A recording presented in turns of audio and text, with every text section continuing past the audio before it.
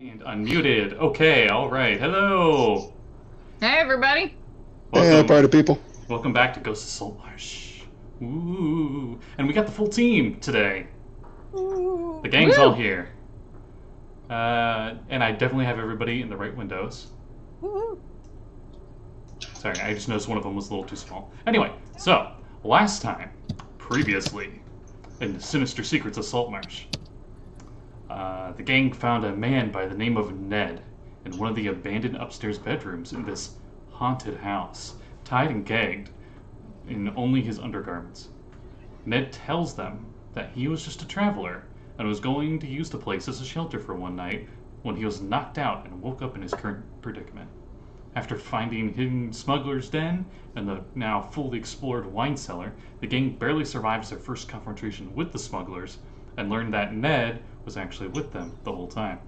His job was to play at the house like it was really haunted and drive people out of the house before they discovered the truth, which he did quite poorly. After the gang flees to the town of Saltmarsh to regroup and turn in Ned to the authorities, they head back to the house to clear out the smuggler's den. After a tough battle with a mage, hobgoblins, human smugglers, and possible vandalizing of some silk, the gang is victorious. Now, with a sailboat filled with the stolen goods from Saltmarsh, they explore the last two doors of the smuggler's den. Or will they explore the last two doors of the smuggler's den before heading back to town? We will see right now. Yes. We're gonna take a long rest first, though. I believe remembering hearing there were beds somewhere. Yeah. Because Abby is tapped. I have nothing. So The only reason that thing I had any healing left was because of Channel Divinity. the room with a whole bunch of beds in it is that really big room 21 that I sent that file. Let me resend it since more people are here now than they were last time on Zoom. Boop. There you go. So in room 21, it's that really big room with the 10 beds, and that looked like that was where they camped out and stuff. And there were two rooms connected to that room that you hadn't explored yet. But you guys take a long rest there. Does anyone keep watch or anything? I do think we should set up a watch, yeah, guys. We can all take a watch. Well, I believe I only need 5 hours for a long rest. So Did we just sleep before we got here? Like, Is that a Sahuagin thing? yes, I believe, if I'm not mistaken. No, you actually probably need to. You can't sleep in there. There's no water for you to submerge yourself into. Oh, that's right. Oh, you think in the hole you've got to be submerged for at least 5 hours a day? So No. Most of you can rest just right outside that cave at the end of the cavern. Yeah, take a nap under the high tide. Yeah. Well, if we want to be all near each other, I can drag one of these beds further out there, or I can just use my, I brought a bedroll. I mean, Or you could sleep in the canoe. I That think also we works. just rested before we got here. I'll take all the watches. I'm not tired. Well, you need to sleep a little bit, Oh, and as or you'll have a layer of exhaustion. I I think we slept before we got here. Mm-hmm. But So- you guys had a big battle. Yeah, I'm fine. Sleep. I don't. Yeah, I don't know how long it's been. Hi- As it hasn't even been a full 24 hours yet, has it? No, it's maybe a little bit past noon right now. I'm trying to remember. Axel was not here last time, if I recall. The He player. was not. He anyway. stayed in the back and hung out mostly. Okay. All right. So uncardboard. So you didn't use any of your shit. You didn't use any of your abilities, really. Well, I mean, all I've really got is the stamina, second wind. You've got your second wind and I have action surge now that we're level 2. action surge. That's the word. My brain is just like flurry of blows light. Dusting of Even though blows? it does eventually get much better than it, but So you guys take a long rest, and nothing in this cavern, nothing in the house, nothing outside the house bothers you during your rest. well, that's nice. That you can perceive with passive perception. I'll just say out of character, nothing happens. Don't worry about it. I should state before we take the rest that Josul agrees to take all the watches, but he's got 5 of 15 hit points left. Yeah, no, Abby, no, go to sleep. Meanwhile, the super tall guy in armor that hasn't been injured yet, staying right there. We all need everybody is healthy if you have your 8 hours of sleep. Go to sleep. It's fine. We'll just take You just hear Katie.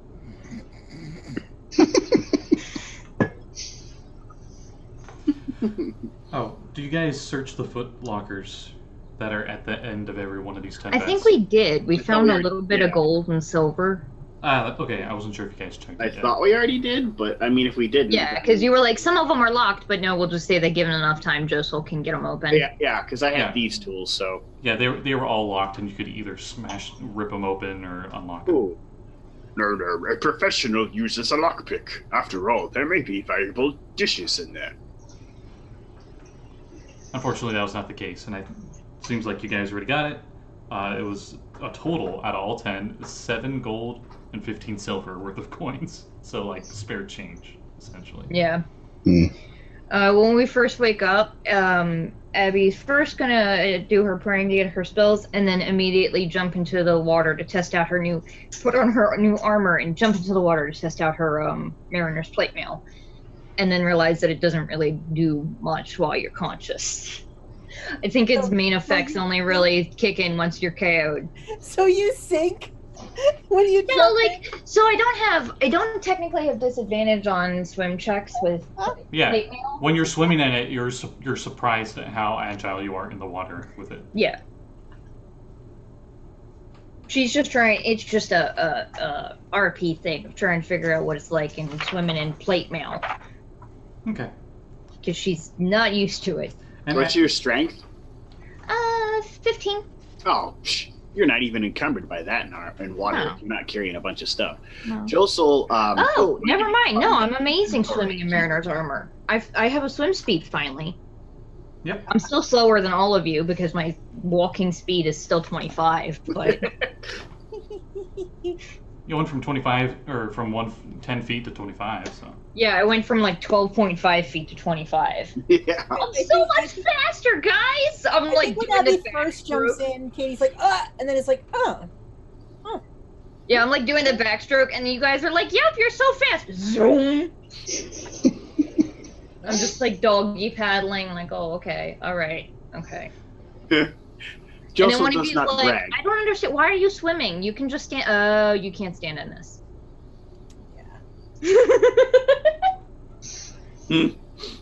Josul does not brag, but he does take inventory of all of the stuff we took from the bandits in the cave, which was what I wrote down. Yeah, it was a bunch of bolts of silk and a whole bunch of casks of whiskey, if I recall.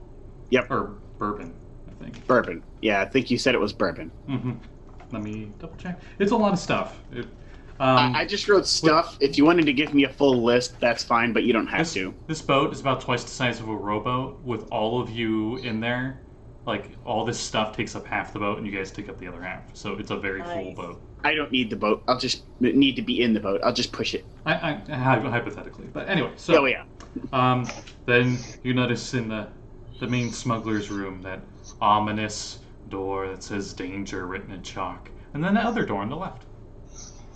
That's Let's right. check this one first. I say, pointing to the door that doesn't say danger on it. I'd actually like to check this one first. Something leads me to believe there may be alchemical components. Well, shouldn't we leave the dangerous thing for last? What's more dangerous, a room that has it listed, or the room where we encountered all of the rogues, all of the smugglers before? Well, we killed all the smugglers. Presumably they came out of the door. Right. I mean, if they were still in there, wouldn't they have come out in the middle of the night to murder us while we were sleeping? You don't know that. None of you heard anything. You probably, during one of your watches, you guys, like, whatever, listens to the door, and there was no noise or anything. I'm gonna go listen at the door the smugglers came out of. You notice no noises from either door, now I think about it. You probably didn't put your ear up to the danger one, but you guys definitely didn't hear anything. So, Right. So long as we come back past it, then we're good. You go up to the not danger door. I check for traps. Okay, investigation. Or perception. They seem to be either or in 5th edition. They never seem to decide. I think that's going to be the same thing either way, but I'll check. One's wisdom, one's intelligence. So your investigation. Well, I'll do the intelligence-based one. Yeah. Investigation, then. 12. Josul's fezzy kind of turban hat turns into a Sherlock Holmes hat and just looks around. No traps. Okay. Pretty sure there's no traps. I check to see if it's locked. Opens right up. Okay. I open it slowly. He actually doesn't even creak. It's actually a really nice door compared to the other doors. So you go and open the door, and unlike the barracks, the small room holds comfortable furnishings and appears to be well cared for. Just all this reminds you of home almost, maybe. There's a comfortable looking bed, well, if you were a land dweller, a comfortable looking bed in the northwest corner, so to your forward left, the back left, has a wooden locker at its foot. A small wooden table stands against the east wall, which is to your right, with a padded leather chair beside it. On the table, a brass 3-branch candlestick with 3 burning candles provides the room with bright light. We'll say this is just, they're not magical, it's just somehow conveniently they've been staying lit this entire time. So there's probably molten wax everywhere. Candles, though not fresh, are far from spent. Oh, I should have read the rest of it. Under the table is a small wooden box and an unlit bullseye lantern with a movable shutter over the lens. On the shelf above the table sits 3 books. In the northeast corner is a closed wooden wardrobe. So, there's a lot of things in this room. There's a bed, there's a small wooden box with a bullseye lantern under a table. There's a bunch of books. Josul moves in as his girth is probably taking up the whole door frame right now. So he moves in kind of sideways and shimmies the rest of the way in, and then goes towards the box and you said there was a footlocker? Yes. I'm on it. Okay. He goes to the box and the footlocker and checks to make sure they're not locked or trapped. Okay. Another investigation check. Okay. Abby, were you going to say something?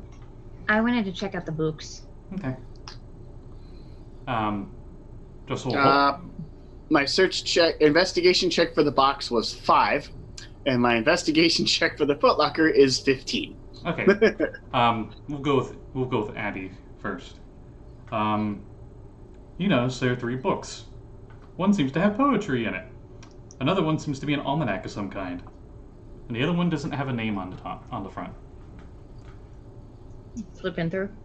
Which one first? The one that doesn't have a name. Okay. You notice that it is a treaty concerning the demigod Ainz and its minions. A treatise. And a sheet of parchment falls out. I pick it up. You notice it says, in one language, in the common language, simple words, one command word, such as stop, fight, lift, come, and so forth. And then underneath them, it has another language written down. You guys can give me an intelligence check to figure out what this language is, because I'm pretty sure none of you are proficient in this one. I got 2 languages because you don't get any more based on your intelligence anymore.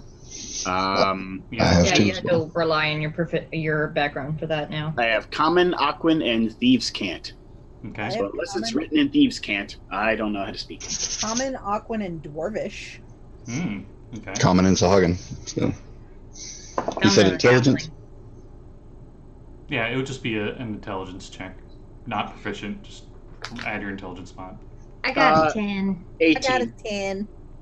19. Hey. Okay, you guys are pretty sure it's in Goblin. Oh. And that's when you quickly realize, hey, they had a few hobgoblins with them. That didn't seem to quite understand what you guys were saying. This That is makes sense. probably written in Goblin, I would imagine. Perhaps this is for the hobgoblins that traveled with them. I am unsure, though. I can't read the dialect at all. It seems to be like straight up single translation, so it would say above it stop, and then it says stop and goblin underneath it. Stuff like that. Katie wants to take it and study it so she can learn how to say these words in Goblin. Oh God, sorry. Okay. My spellbook app has the ads turned on, apparently. Oh, I thought it was playing. Keep forgetting what that black and white show was, where it's like the guy and the boy going fishing, and it has the whistling at the beginning. Oh, the Andy Griffith show? Yeah, I thought it was just like Wow, yeah. Magic Mouth like Andy that, Griffith. Anyway, the wizard Andy Griffith, Magic Mouth on a spellbook. Anyway, so that was in the third book. Do you open it? The other two? Sure. Okay. The first one, that seemed to be a really fancy book, is a volume of erotic poetry that is fully illustrated. This is both in the original version and in 5th edition. Nice. Oh my. Remember how I was saying, wow, I really like the books that they had? Oh, yeah. In this adventure, it's really funny, because they never mention books and adventures anymore. And the second one is probably something that you all would find quite useful. A naval almanac that lists the tide times to the area of the coast around Saltmarsh. You're pretty sure it's a total of 100 miles of coastline that is covered. This is useful. Yeah, it's super useful. Katie does one of these, like, for the other book, like, the poetry book, like... Josul looks at it, says, "Oh my," and then kind of laughs and goes back to searching the boxes. Axel leans over Josel's shoulder. What is the octopus doing to the crocodile? That's not an octopus. Neither of those are crocodiles. Oh. One of them is Oh, I guess you haven't seen Naked Humans. Okay. One of them is a poem about a seductive lizard folk serpent. God damn it, Kade. I like the reference. But yeah, so all three of these books, I'll just say Josul being the merchant, you can just give me an intelligence check, DC 10, to appraise them. 8. Okay. You know they're worth more than just a common book for sure, each of these. Oh, you could probably get something for some of those, especially that provocative one with the illustrations. What's the modifier for an appraisal? It's just intelligence roll. Oh, well, okay. Why do I have... If you were proficient in selling books, I would give you the proficiency bonus, but... I mean, I got a 15 just on the die alone, which is good Okay. because I have a flat bonus to... You know, these look very... you don't know too much about books because, you know, underwater books aren't really needed. But you think these probably would fetch probably around 10 gold each. You know. Nice. Oh, also, there is a fancy fuller-length oilskin coat. Ooh. That's a rather fancy coat. I look at it, it's clearly not going to fit me. Abby just looks at you around it. Yeah, not here either. As I hold it up, and it barely looks as though it'd be like if I put it on and did this, it would just rip in the back. Yeah, it's as long as a trench coat, so it's a really As long robe. Josul's holding it up, Katie, like, slides down, stands up in front of him, puts her arms in it, and stands in it, like... Josul lets go as you kind of put it on. Does it look like it fits? Sekald, there's no yellow interior. I was wondering about that. So someone doesn't explode in sports. How's the trench coat look on Katie? Because she doesn't wear any armor or anything like that. She just got, like, regular clothes on. Give me a charisma check. Ooh, God, I don't know what my charisma is. Let's find out. Let's see. Charisma. You guys are doing a lot of, like, unofficial skill rolls already. All right, here we go. Total of 12. Better than she looks normally, I guess. Oh. It does look kind of cool on you. I'm going to turn up the collar like an old noir movie. Nice. Nice. I like it, both with the collar up and not. It does have a good appearance. I think this is a good investment of your time. God, So you're going to be Neo from the Matrix now. You got a trench coat and you're a monk. I just need some sunglasses. Yeah. So I think we've looked everywhere around in here. Do we want to go check the danger room? Coincidentally, in the inside pocket on your coat is a pair of darkened glass lenses. Perhaps those were used by someone who is sensitive to daylight. A drow or something. I rolled a Call of Cthulhu luck check and I got a 99. I'm lucky. Mm-hmm.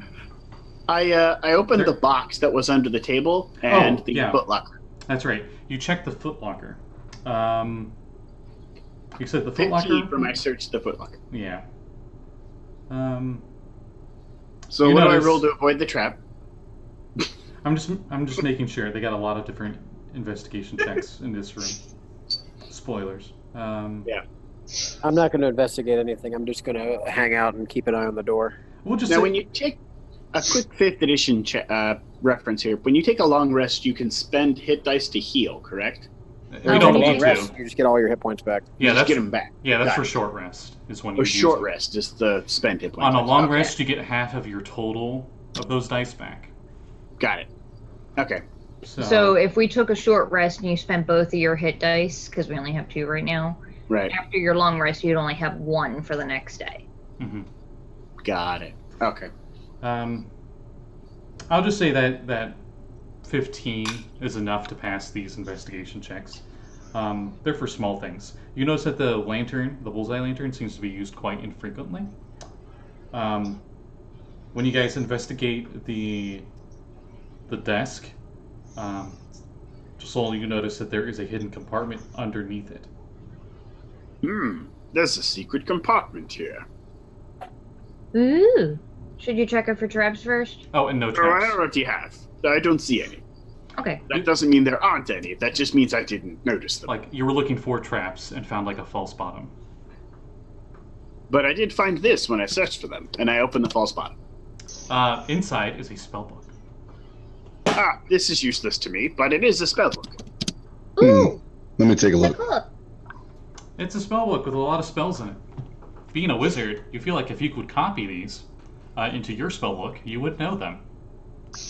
And then you could use your own spell slots to cast them. That sounds exactly like what I'd like to do. And I'm That posting- also might be worth some money after you're done with it. I forget how much gold it costs per level. I think it's 50 gold per level. Is it 50 gold? It's a Jeez. lot. Okay. That's why it's Dollar value. That's why it's a big deal that wizards get to spend half the total cost for schools of their favored one. So, like, if you have Burning Hands in there, Sekald would only pay half that price to describe it into a spellbook. Okay, so considering I get paid damn well for what I do for a job, I can at least copy some of those right off the bat. So I'm going to go ahead and nitpick what I want. There is a wizard in town in Saltmarsh. Well, you might before be you interested can't, in it. you have to spend time to scribe them, Sekald, and then also you have to have gold to do it. You can't just transfer it because you have to. The gold that you spend, you have to go and buy special ink and paper to do it. My apologies then. I'll just stuff it in the bag and continue on. Yeah, it would be downtime stuff, essentially. Yeah, sorry about that. We'll have time to investigate it later. One of the spells that catches your eye comes from a guide. Ooh. And you notice a spell called Water Jet. That seems to be a cantrip that the wizard used to put out the fire. I think I'd like that. This doesn't totally end up being like Varth's favorite cantrip of all time. Not at all. In some other part of the world here. And another spell called Float. Seems to be second level. Okay. Not sure you could really use that yet. But it's labeled as Float. Oh, thanks, Kat. I appreciate the little tips in the Zoom chat. Oh, yeah, That's actually Scott. Jeanette. Either one. I didn't look. Or Jeanette. Yeah, I would just say everyone's name. Somebody did it. So... Thanks, Jesse. I mean, everyone got thanks. We'll throw it all around. Man, Kevin, thanks. Never happened. Yeah, in this The box, that's right, you were looking in the box. Inside the small wooden box are 12 candles, a flint and steel, a piece of parchment. Yeah. Piece of parchment 12 folded in half hamburger style, so you can't read it. Until 12 candles I and a pick up. flint and steel. I pick up the piece of paper. The piece of paper seems to have certain signal patterns. Where it says like long, long, long, short, short, long, long, stuff like that. I like skip over to Katie. Katie, look! It's the signals that we used yesterday to signal those guys out on the water. Katie's like, What did you do? She So, runs over and she grabs the bullseye lantern that's in the box under the table thing and runs back with it. if you want to write these down, I can tell you right now. Sure. Okay. So there's 3 different ones. You might want to shorten it and just say like L's long, S is short. So the first one is long, short, short, short. And the message is it safe? Okay. The second one is short, long, short, long. And it is everything's safe. And the third and final one is a doggo. Is long, long, long. And that means ready to unload, come to the ship. Oh, isn't that the one that we saw? You saw Katie, long, short, short, short. And you They were repeated the Also same. asking if it was safe, and they responded. And you responded the exact same thing back. And then there was no response. Oops. Yeah, so they knew it wasn't them. Okay, so the last one was ready to unload, come to ship. Yeah, the last one was 3 long. And then ready to unload, come to the ship. Cool. And that is, I think, everything in this room. I just want to make sure I don't forget anything.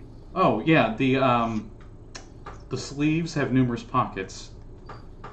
And it is trimmed with nice fancy green silk. Your new fancy wardrobe there, Katie. Ooh, it's got pockets in the sleeves? Mm-hmm. Ooh. And it's green silk. Ooh, apparel that has pockets. The Holy Grail. Well, I should say the inside of it is green silk, so it's comfortable. Katie is like just kind of enjoying this like style. She used You to could use practice. those pockets for smuggling coins. And Kinda you know, scratches her. being oil skinned, it's water resistant at least. Ooh. You see her practice a few like quick punches. So do we want Do to I go think check that, out the like, danger room? Do I think the pocket's large enough for like a knife or like a throwing star or something? Yeah. You could also well, put there's a a- knife or a throwing star in there and conceal it from your enemies. Well, there's a whole bunch of Let me pockets. show you how to hide it. She And I takes kinda out her pull set of darts and she just smiles at Josul with her set of darts. Ah, perfect. Yeah, see? Now tuck them in like this, and I give you some tips on how to hide them in there, because Nice. smuggling. It's got cargo pants level of pockets on the inside. Oh my god.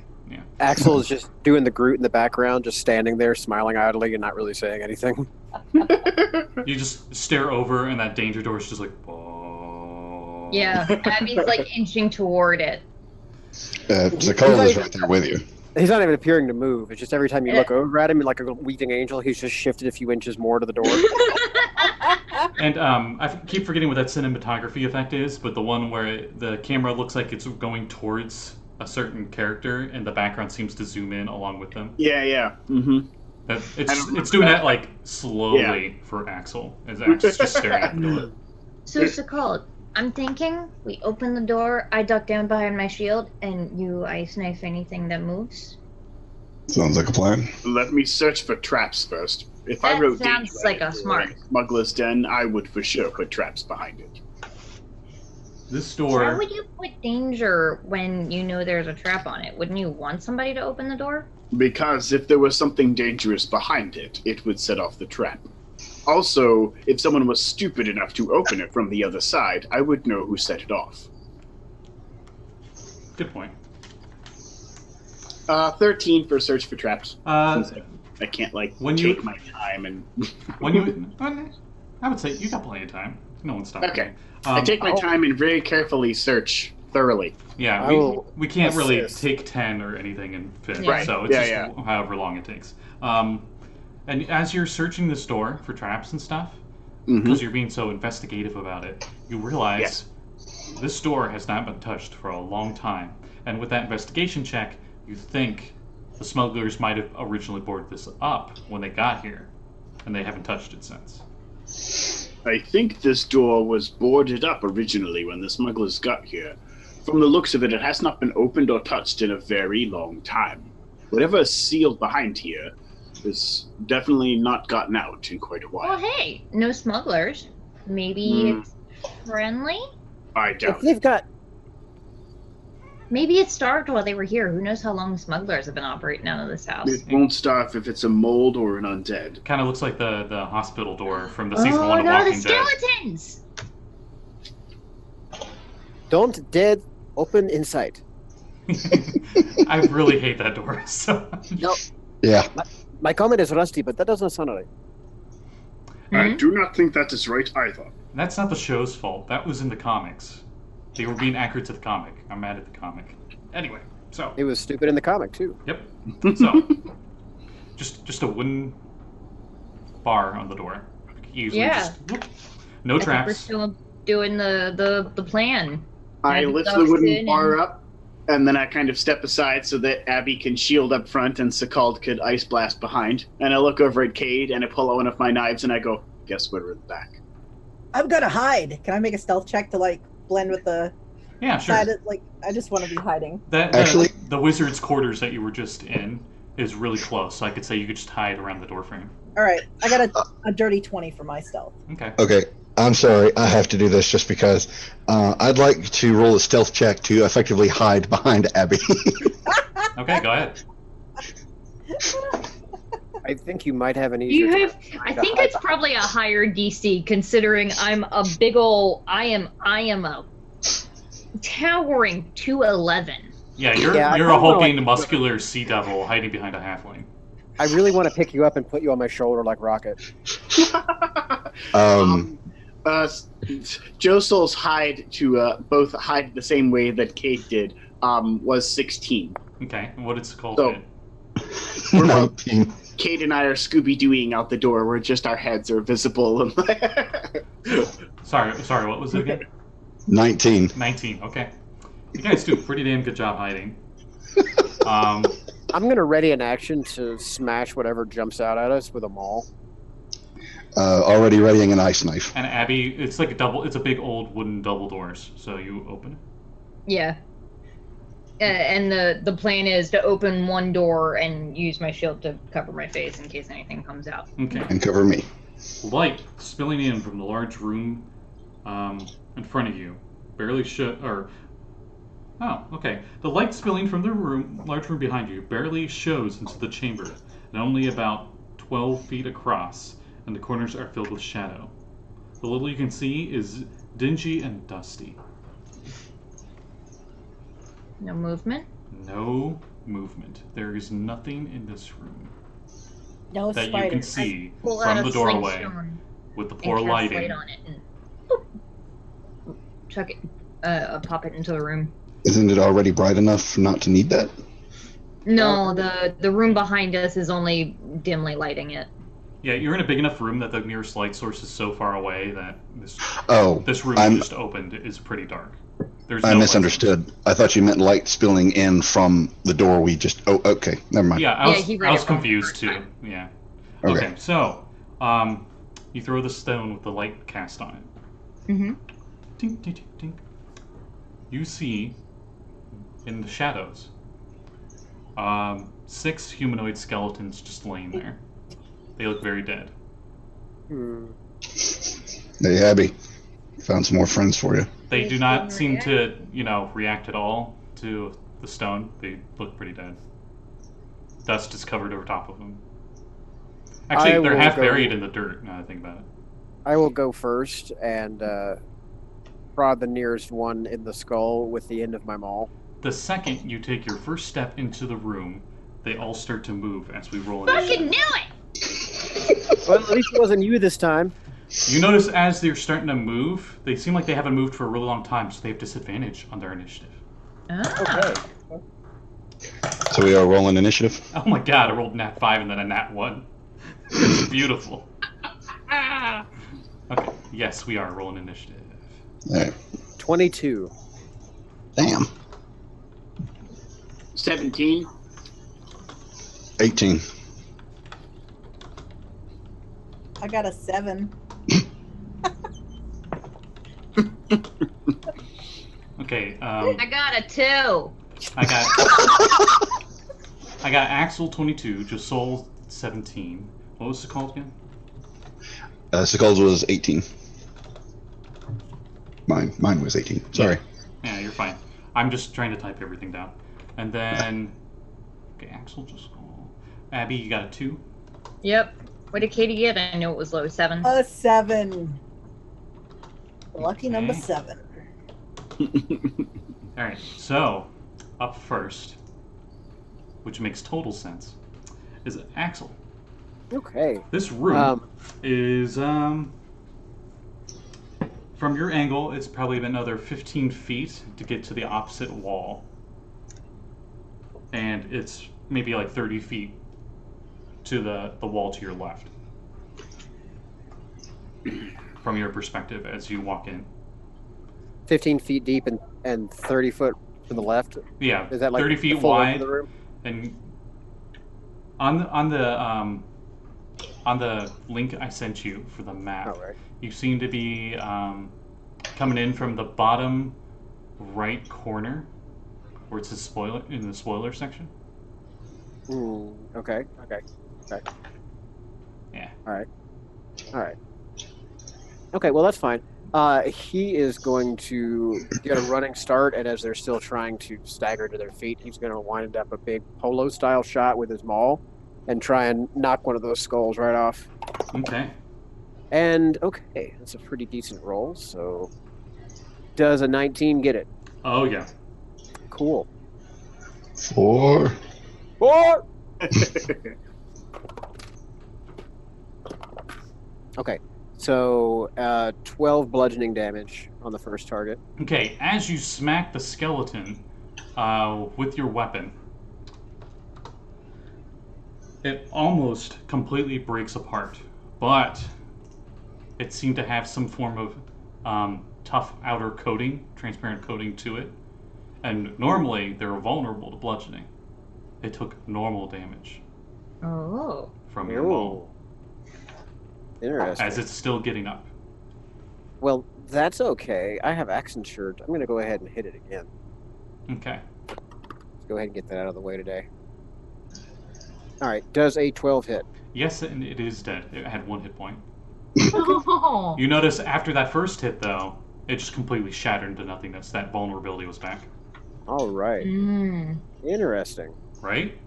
Yeah. So he's going to withdraw for the rest of his movement and take up position next to his friends. That's not normal. No. I don't not do. Do the skeletons normally do that here? No. Normally a Uh, hammer is a pretty solid way of smashing them. religion checks. Wait, what? There's skeletons? You hear from the other room. There are skeletons! I told you there were skeletons! I got a 5 on their religion check, so I don't know. 16. God, all my dice hate me. I got an 8. Okay. Sekald, do you want to roll religion? Nat 20. Oh my Nice. god. I really hope that's not mine 20 for the night.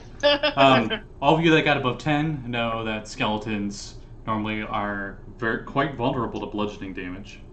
And they're usually the common minion of wizards that dabble into necromancy. Sekald, since you got so high on that check, normally they do not have that first barrier.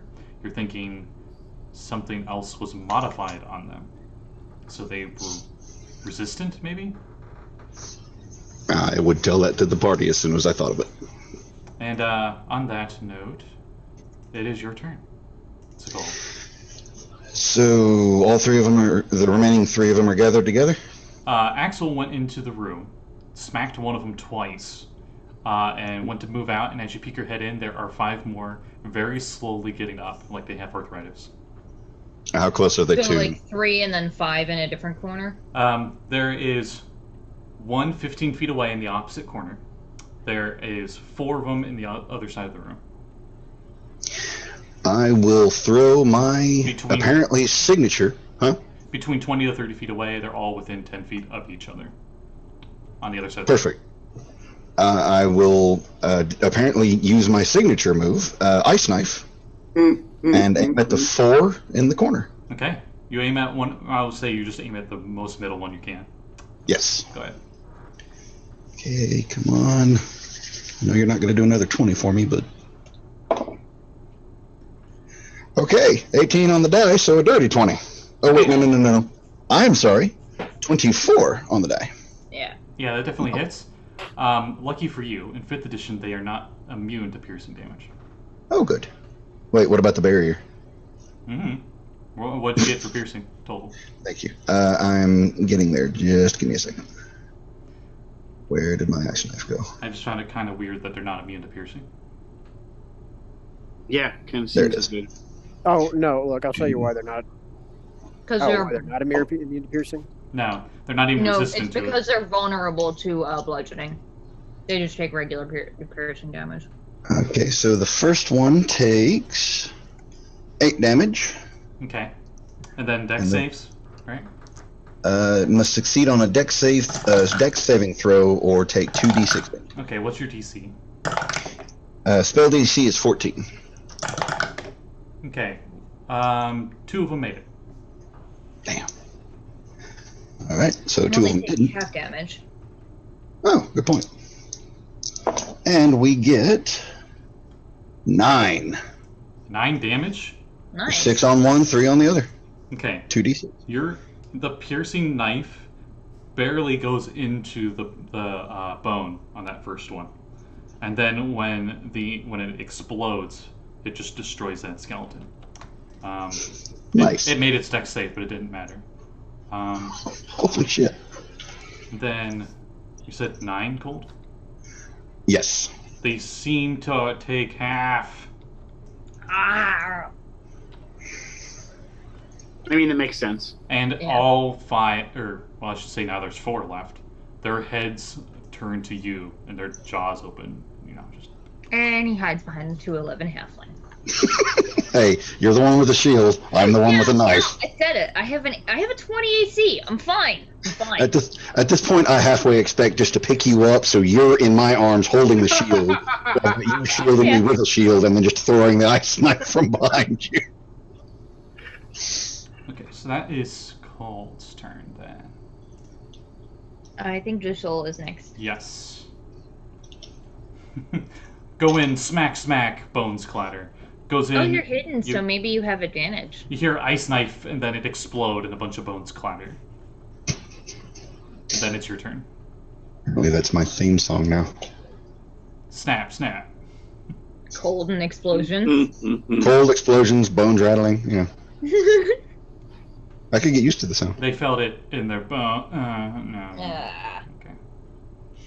But just it's Josul's turn. pretty much. Okay. People walked in, and then they walked right back out within 6 seconds.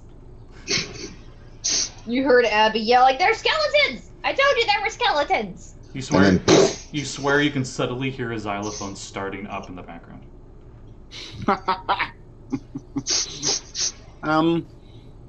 So one of my toolkits came with a hammer, but it didn't tell me how much damage it did. If I'm it's- assuming it's a carpenter hammer. If it's an improvised it's weapon, just- it's only D4, and you wouldn't be able to add your proficiency.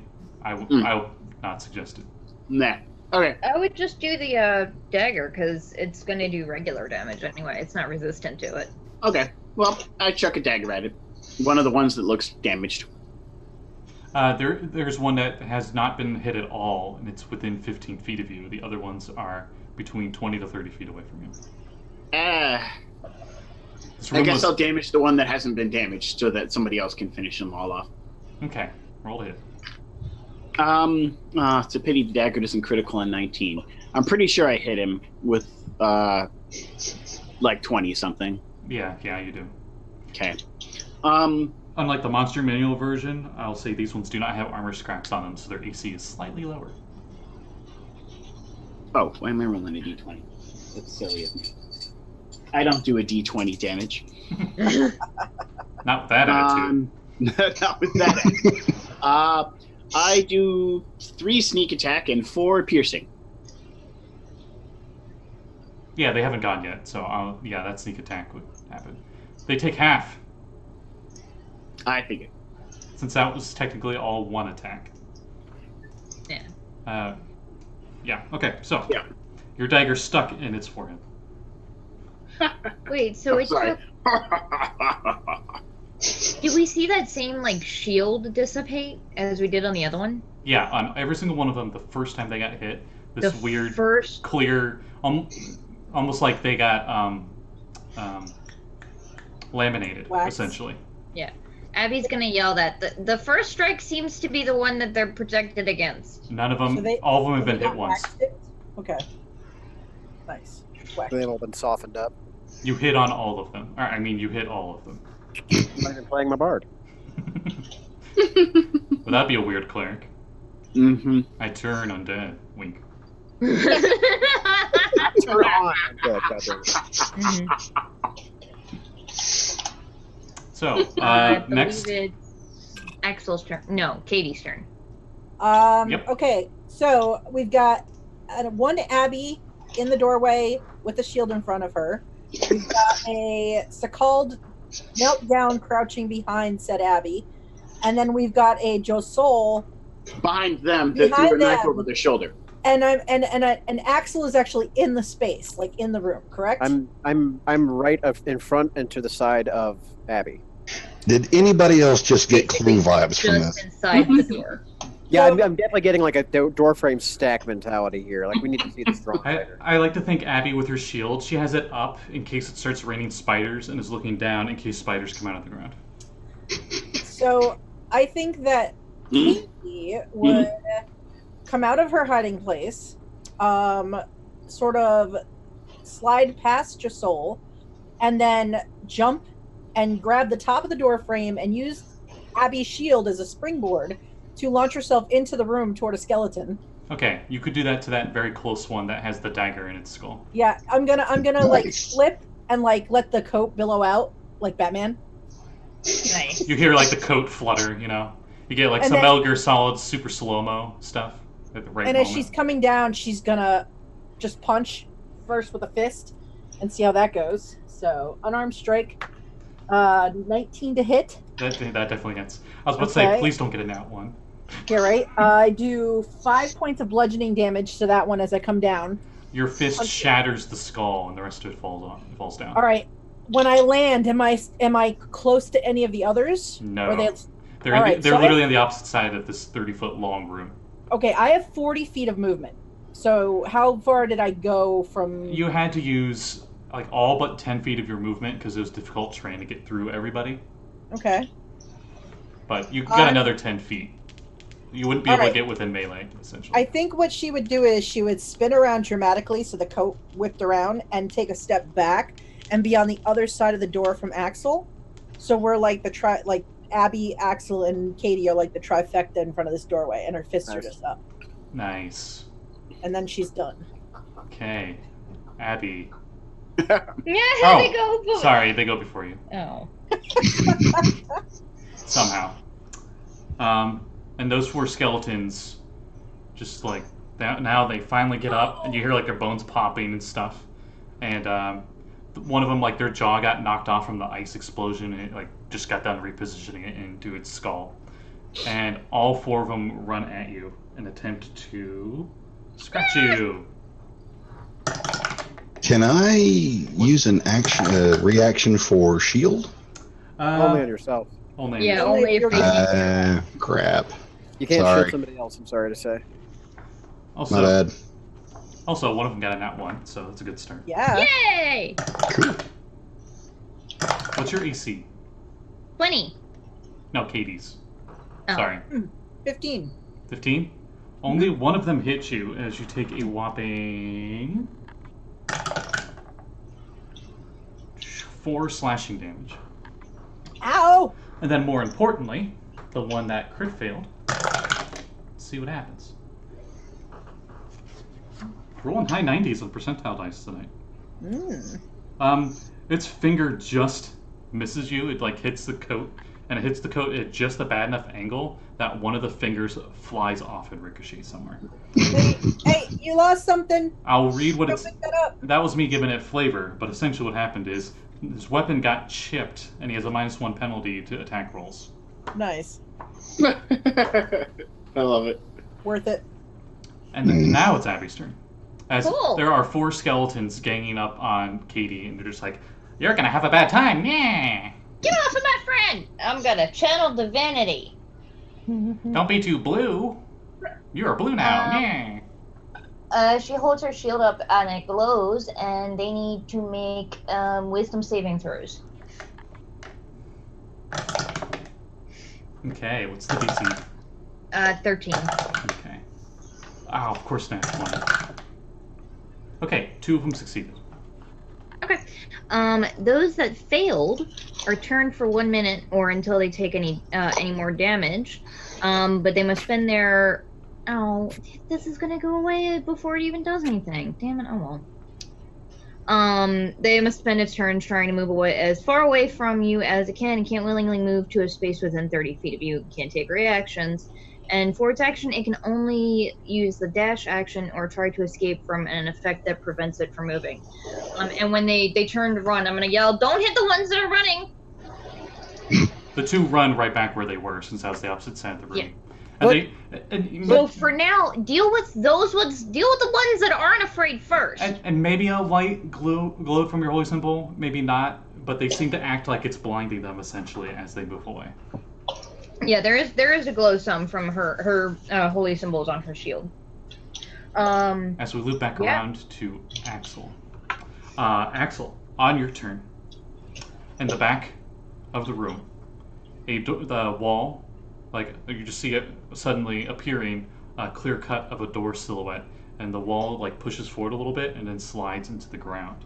And coming out, a hunched corpse wearing a pointed hat, dressed in a robe embroidered in mystic symbols, crosses through this hidden door. Uh-oh. Thin wisps of a beard float on its bony jaw. It raises a finger and starts tracing arcane symbols into the air. And in a hoarse voice it speaks and says, "Secrets found and lost and found again." Oops. That's your turn, Axel. Okay. Well, there's 2 skeletons in your way. Yeah, so I'm gonna go ahead and take a swing on the first one just to get the fuck out of my way. Okay.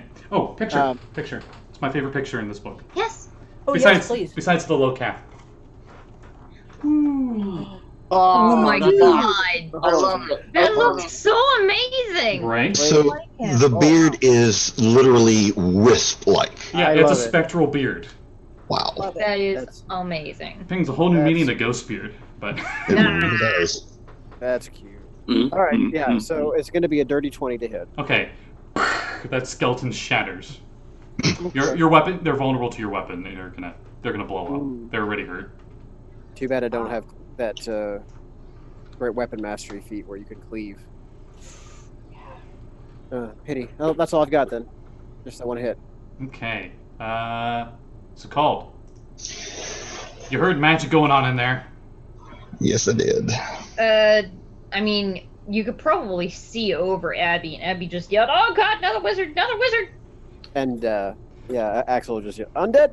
You sweat. Dead The wizard. the xylophone like faded out, and there was like a cutscene when it popped out, you know. And as it showed up and the theme started to play, you just hear like, "Behold the wizard, beware its powers," and some like crazy '80s big hair metal starts playing.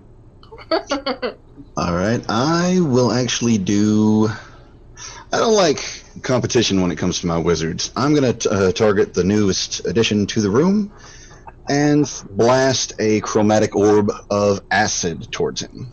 Go ahead. That doesn't make me feel good about my choice. Wait, no. Yeah, really. check. All There's right. a spell. Do dirty 20. Yikes! That was a 14. Yeah, Nice. that hits. Oh, of course. Right. Sorry, I'm still thinking other things. 3d8. And we get straight up 10 damage. Nice. Ooh, okay. Acid hits it, and you just hear like as its robes are slowly evaporating. The robes themselves seem resistant, but the skeleton does not. Oh. I'll say the robes seem resistant just because magic robes. Not like magic item robes. Don't get too excited. Magic. Get my hopes up. You're level 2. You're not enough level for magic robes yet. I know, but it doesn't hurt to hope. Anyway, so that's Sekald's turn. Yes. It shakes its bony fist at you. I flip it off. Curse you, He-Man! Curse you, He-Man! Yeah! Sekald. Or Soul, sorry. Your turn. Curse you, Fishman! Yeah. I can't sing the song. I can't sing the song. You ignorant boob! God damn it, Papyrus.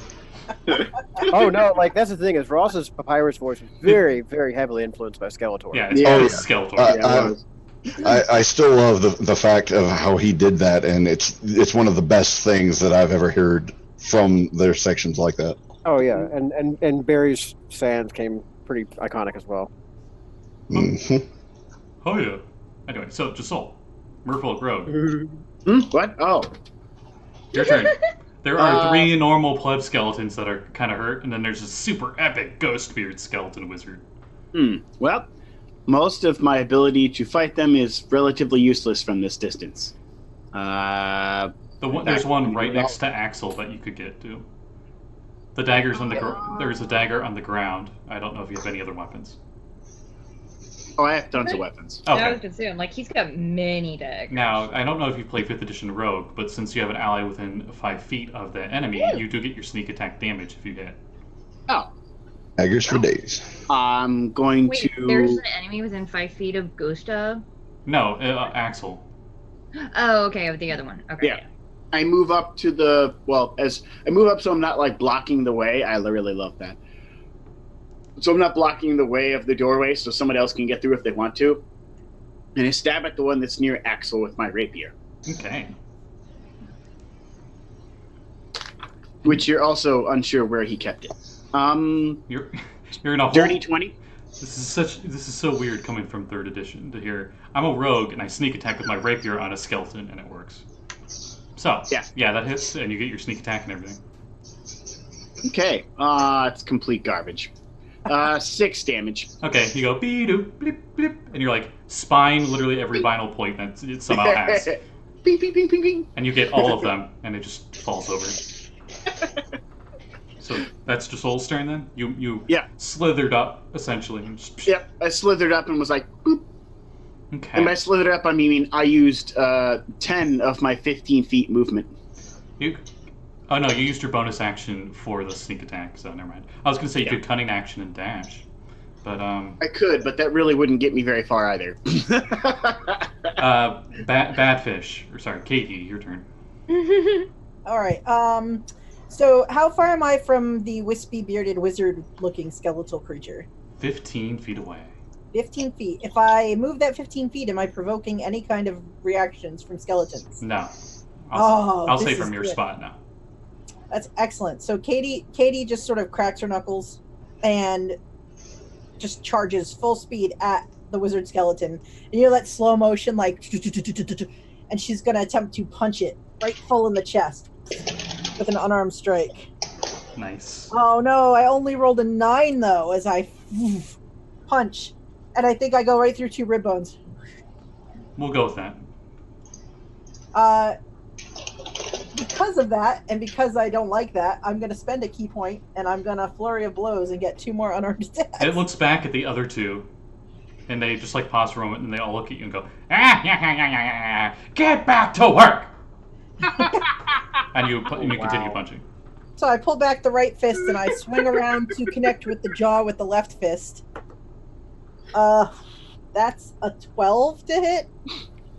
No, why didn't I put mage armor on? Oh, I punch him. Okay. Right. You should just have them do that before the thing starts, Scotty. No, I mean they don't have. He doesn't have it. He Okay. doesn't even have it in his stack block. This is level 1 to level 2. Yeah. Okay. You gotta- So 4 points of bludgeoning damage from the left fist. the jaw, And then- half the jaw just shatters off. All right, and then I'm going to do a spin kick for the other unarmed strike, and I'm going to attempt to kick it in the torso. Oh my cool beard. That's 22 to hit, so that'll hit. Okay. And that's going to be 6 points of bludgeoning damage from the boot just kicking right into the torso of this thing. The boot. It's barely standing. Outstanding, but there are more skeletons around, so I will spend the other key point I have at level 2, and I will use Patient Defense. I hate to say it, but I don't think you can. I think it's a bonus Oh, action. let me double check. Let's see. Da-da-da-da-da. Spend 1 key point Well. to take. Nope, I can't. So cool. No bonus action for that because I already used it. Okay. Learning how to play a monk. This is fun. Ooh. Their It takes turn. some effort, yeah. Their turn. The skeleton is like the skeleton mage is like, I am the better wizard. As apparently everything's in slow motion now for some reason. And it finishes its somatic spell casting as it makes its own acid blob and chucks it at Sekald. Oh, I raise Abby in my defense. Oh, Does sorry. he have cover in the form of a tanky halfling? No. There's an acid lob in each hand, and it throws 2 of them at you. Whoa! Whoa, shit, that's new. Oh, that's not good. What's your AC? 13. Okay. Yeah. Slow motion.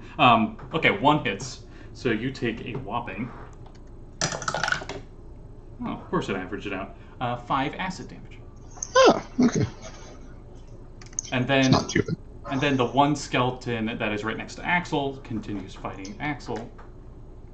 I thought he blew his up. Oh, no, that's right. Okay, so the other 2 that are behind the wizard are They frightened, have and they're big- cowards. Yeah, So they don't do anything. It is Abby's yeah, turn.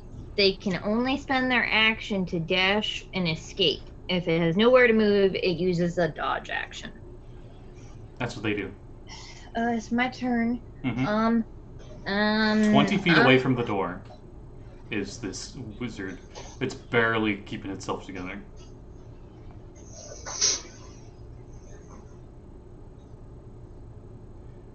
You think if you blow on it, it will die. I'm I mean, gonna. you know you want to. Just blow on it. I'm gonna use guiding bolt on it. Come on, dice, don't fail me. Oh, that's not that bad. Guiding bolt. It's a ranged spell attack, so that is wow, that's high. That's a 16 to hit. Okay, how do you explode it? Oh, It had 2 hit points. oh my god. I rolled 4d6 for guiding bolt. You can just... Jeez. That would have been 13 radiant damage. Yeah, she just like sees it turn and like throw it acid orbit Sekald. I'm like, no, stop it! And just around the shield point, and it just turns to dust. You know the Terminator? Flash of light. The first Terminator movie where she's having the dream of the nuke, and she's like on the fence with the explosion? That's the skeleton with your guiding bolt. Nice. Katie just sort of pulls up the coat around just so the shards don't hurt her, Now, and then lets it flip back. we're still in initiative because 2 of them are cowering. Mm-hmm. As we go back and loop around to Axel. Okay. They're within move. Sure. Right. Point of order. Point of order. If I hit with my hammer and then let go of it, do I get my free draw and then be able to throw the light weapon as a bonus? No, because you only get one attack per attack action. And that would take your action. Well, that's if you're dual wielding, but you're not dual wielding because you're wielding a weapon. I'll say as part of your movement, you can unsheath that one in your offhand, and then you can attack both of them, one with each weapon. Yeah, no, but see, a maul is a two-handed weapon, so I would have to. That's the thing. draw. With the way it works is you choose to two-handed or dual weapon. You don't get both. No, what I'm saying. That's What okay. I'm saying though is the bonus action, the bonus attack with the light weapon, because I have a hand axe, right? So if I hit with the maul as my attack, and then let go of the maul, and then draw for the free, the free draw that you get. Mm-hmm. So I have the hand axe, and then hit for the bonus action with the hand axe as a light weapon. You wouldn't be able to hit, but you could get the axe out by the end of your turn for sure. So real fast, guys, I hate to interrupt, but I'm having some really heavy thunder here. I may end up dropping due to power loss. Okay. Okay. Good to know.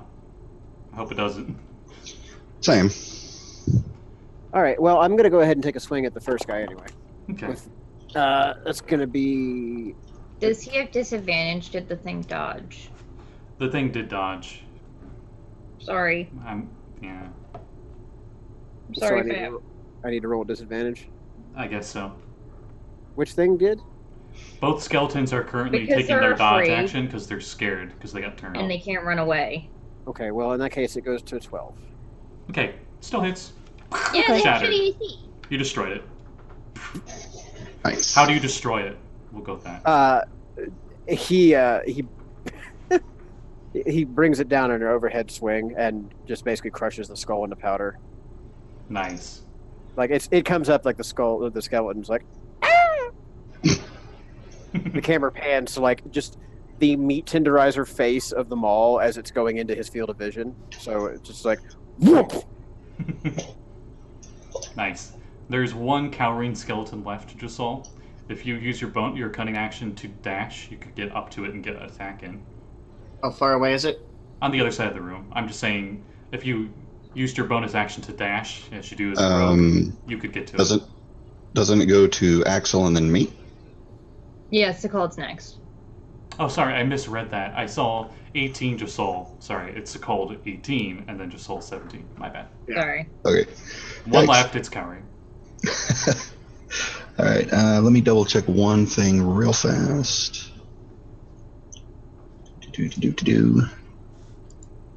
Yep. Instead of burning another spell, I'm going to cast Frostbite. Ooh. Okay, Oh, is that the one that does extra damage to I think- undead? that's a con save.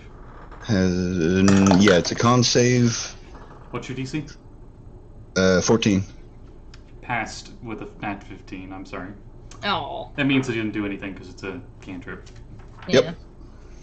Alright, Oh well, worth a shot. now it's Josul's turn. So my dash is still only 30 feet. How far away is it? Yeah, it's 30 feet, It's that's what I'm 30 saying. feet. You could Okay. make it. Yeah, in that case, yeah, I will dash over and swing my rapier at him. Okay. I coil backwards and spring over with incredible speed. You For turn, a man, a you man turn of my into the girth. snake from Donkey Kong 2 and you just spring. Boing. Right. 15 to hit. That hits. How do you kill it? I'm going to stab my rapier into its head, and as the sword kind of bends a little bit, use the flex to fling its head off. Ooh. Nice. Oh, And then I put my rapier away. okay. Some victory fanfare starts. Everyone does their victory animations. And Da-da-da-da-da-da-da-da. you can't help but notice a very overly glaring gleam coming from the robes. You just see a specific gleam coming from the pocket as a little stone seemed to fell out of its robes. I would definitely want to check that and the robes. Okay. I'm going to look in the doorway that he came out of second. You notice he also had a bag on him. Oh. And you go to Okay. pick it up, and it's like a satchel bag, and it's really well crafted. Ooh. Hmm. So You notice it's bigger on the inside. Oh. Looks like it's a bag that could hold things. Contraptions. nice. Very nice. Too fine a craftsmanship to just simply be a bag. Perhaps it is magical. Arcana checks. All right. Ooh, I rolled a 20. So, 20. Bag of holding. Everything you know about bag of holding. Okay. It's a bag of holding. No wonder it's in such great shape. Yep. It has nothing inside it. Turn it Anybody- inside out just to be Currently sure. be empty. Anybody mind if I?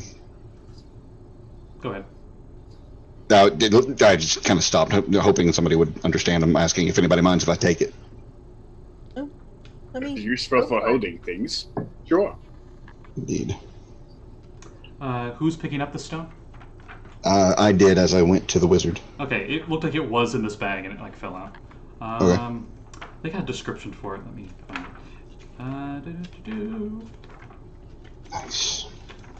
It is one of the very few new magic items Oh. in this book. So, Ooh. literally all the magic items they have for all the adventures are on one page. Nice. Then again, there's so many magic items already. They don't need to make too many new ones. Right. Okay, this stone is flat, gray, and black river stone.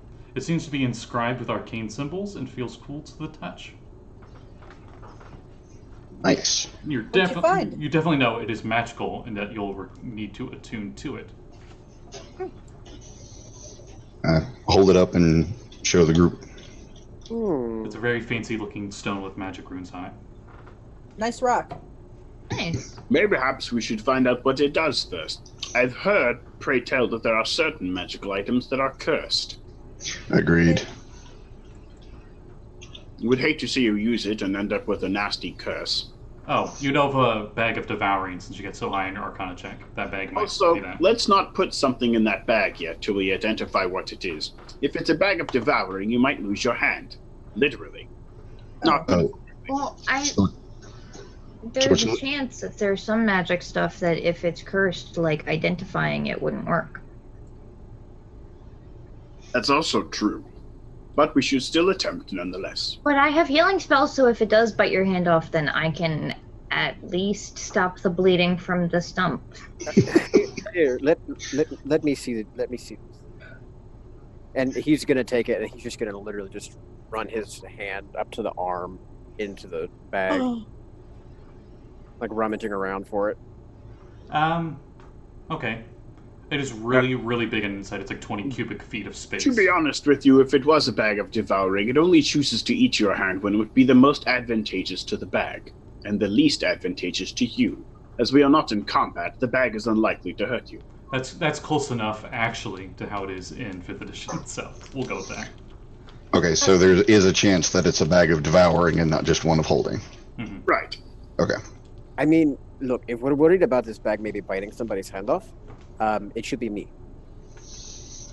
Your limbs Let's see if regrow. there's anything inside it. Turn it upside down. Those of you that are sorry, everybody but Abby, knows that Axel's race is able to regenerate limbs.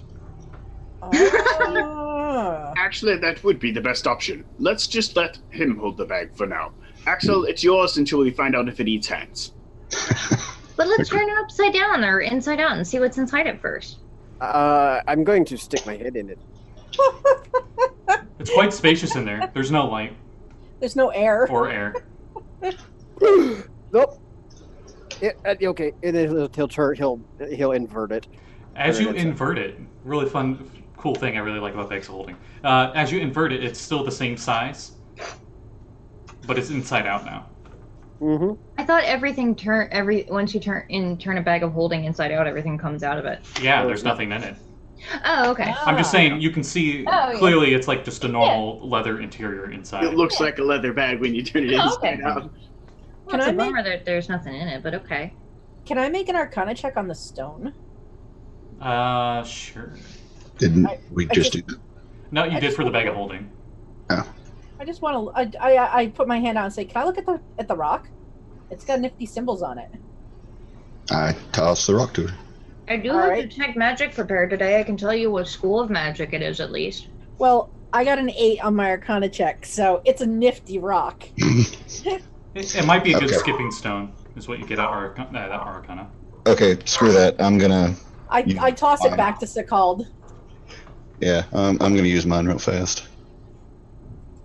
As you guys, 19. as you guys are studying these magic items you got off the skeleton wizard, that's literally right outside the secret door. The secret door is just like, oh, there's no light Yeah. source in there. No, we're aware of that. Let's close the secret door for No, now. let's go through the secret It looks door. like you can't close it. The door went into the ground. Oh boy. He stole Yeah. the door. So what'd you get on Arcana? Sorry. Nah, dirty 19. It's definitely magical, and it's a magic item you've never seen before. Ooh. Okay. I cast Detect Magic. On the darkness. You detect magic all over the bag and the stone. What school of magic is the stuff on the stone? You get question marks. Okay. You think it's like transmutation? Question mark. Okay. All right. Well, it has to do with transmutation. Ooh, doesn't that change stuff? It does, yeah. Hmm. Hmm. Jesse is talking. And then it switches over to divination. Question They mark. wouldn't changing a bag into a bigger bag make it transmutation? No. That's the. I'm looking at the stone. The bag is. He has a point. The bag is conjuration. It's Yes. pocket dimension. Essentially. That Shows makes what I know. sense too. Question though. It just changed to divination. It seems to be alternating between the two. Maybe ask it a question? A little of both. It doesn't work that way How do you know? because How I've do any of cast us know? magic before. Yes, but you don't know how it works, right? I'm sorry, Rock. Can you tell us your secrets? I lean in and listen. Comically, this doesn't really happen, but off screen, like above on the top of the screen, two googly eyes just fall onto the rock and jiggle a little Yes, bit. pet rock. And then they fall off and disappear and don't exist anymore. No. Oh, I thought it might have been galore for a second. Oh no, Kevin. I've had that stone before. No, So have thank I. Yeah, so it's Jesse. It was great seeing two different DMs run Kevin that made stone. that rock such a dick. It was Yeah, hilarious. it's really hard. They were in a library and he just ran it across the books and the stone was just like wee. Oh, I tried to give Galore a headache by forcing him to brain dump all the contents of the library of the New Alum College. Yeah, so So for context, I ran with the stone, like just touching the spines down every single fucking house. this thing trolled the shit out of him for forever because it told us as soon as we first talked to it, it's like, my name is Galore. And Jesse's rogue kept calling it, or Jesse's bard kept calling it Rock. And it got really pissed at him. So it wouldn't give a shit. Its name until- was the Almighty Galore. Yes. And it's like, I won't tell you anything until you use my name. And he used his name. And he's like, the almighty amazing Stone of Galore. He said it. And he's like, okay, I won't tell you anything until you give me knowledge. So hold me over the book. And we have like 20 minutes of RP while he's holding this rock over a book for 10 minutes at a time. And he's finally like, how It's long like, is this turn gonna the page. take? And he's like, it's fine, just touch me to the book. Boop, read. So he just trolled him for half an hour, wasting time. So, doorway. Whoa, it looks like another room. There's no light source in there. I peek into the room with my detect magic. You detect darkness. As you are... Wait, no. What's your... Do you have dark vision? No. I'm pretty sure Sekald But I is don't the know if only detect one. magic still detects in darkness. I'm right behind her with dark vision. I pick up the rock that she cast light on earlier and hold it. There you go. Okay. The secret Because I door remember she had a light on her rock. seems to reveal a clutter of broken glass and earthenware piled into the floor beyond. 3 small copper pots amid the debris. Do you guys enter? I would like to take all the leg bones, the femurs, and the tibia, and I want to. I'm going to line them up in the track of the door, and make a jam, like a ladder jam, so it goes crisscross. Hmm. So Applesauce. if the door tries to rise up, it's going to get stuck in the track. Oh, Alright. as you're picking through the bones, you notice every single one of these skeletons, except for the wizard one, one of the ribs has been dipped in gold. What? Or at least appears to be dipped in gold. It's covered in gold. It's like a golden rib What? on each of them. Just one single rib bone apiece is gold. Yeah, so 6 golden ribs, essentially. That's Are they the probably McDonald's family, or are these the golden arches? What? it's probably how they had the The shield, the runic shielding that they've had. Or not runic shielding. Hey, Josul, how much could we get for a golden rib on the market? 20. Appraisal check. 5 gold. 5 gold. I'm gonna give him I'm gonna just start tossing golden ribs at Josul. 5 gold. How many do I end up with? By the way, that's 5 gold each, so 30 gold total. Nice. Got it. How many do I end up with? I think 6. 6. 6 golden ribs. Should have been 5. Just saying. 5 turtle doves. No, 5 golden ribs. A fun fact, detect magic doesn't work if you can't see it. It only gives you the aura on visible objects. Oh. So now that I can see everything, can I see anything glowing? No, you don't detect. From outside, you don't. From what you can see outside the room, you don't detect anything. Okay. I'm going to cautiously enter and look around. I'm right behind her. A bench runs down the west wall of what seems to be a laboratory. On the bench are jars of powders and liquids of several pieces of chemical apparatuses. There is a table against the south wall, forming an L shape with a bench. A book is open on the table. Also on the table is a candlestick with a tiny stump of unlit candles still in it, and a variety of other items that, even in this light, shine with the warmth of pure gold. One of these objects looks like a human skull. Whoa. I would like to inspect everything, honestly. I don't know where to start. Do you go with the book or the golden objects? Let's go for the book first. Okay, the table with the book. I light the candle. The book, as you half close it, just see the cover of it. It says on the title, no joke, "Ye Secret of Ye Philosopher's Stone." Wait, the secret of the Philosopher's Stone? Yeah, Philosopher Holy and Stone shit, are is that a capitalized. Philosopher's Stone And that we picked up? But there's no author acknowledged.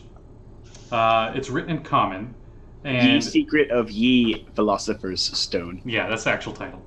So No author credited, and it seems to be too profound and recondite, I guess, a work to fully understand, except unless you're a specialist in the field of alchemy. You might be able to figure it out otherwise, but it would take some immense amount of studying, aka hours of studying, to even comprehend what all this book has in store. I am an alchemist, so I would certainly like to do that. You think it will take 8 hours of nonstop studying? Might as well bring the book with us. We can look at it later. I'm And, Agreed. gonna go inspect the golden skull. and an arcana check at the end of that 8 hours. Ooh. Okay, let me know when I need to roll that. Does anything happen when Katie lights the candle also? Yes, because Katie lights the candle on the table. Yeah, it kind of peters out. It's at the end of its wick. Oh, okay. I hold the light it a light few stone. times and then give up. Katie, you hold the can't light just go stone lighting area. candles in a wizard's laboratory. For all you know, you could have just completed the ritual to become a lich. Then I live forever? Um, And you're an undead abomination? Yeah, until we kill you, yeah. I mean, it could be fun. it's called, we'll say conveniently on the I don't page. think that would be entertaining. On the Think of all the page- food you couldn't eat. Say again, Scotty.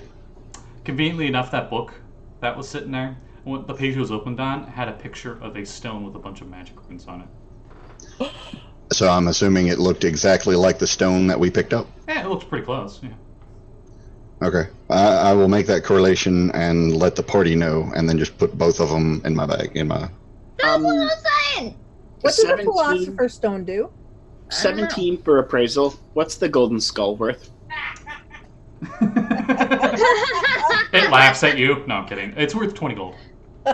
That golden skull there is worth about 20 gold. Okay, so golden objects, since you're looking over there. The objects on the table seem to be made of pure gold. There's a human skull worth 20 gold, an apple, a rose, a set of 5 small discs, and they're all gold. Wait, there's a rose? Yep. So a golden rose, a golden... Oh! Kiss from a rose on a grave.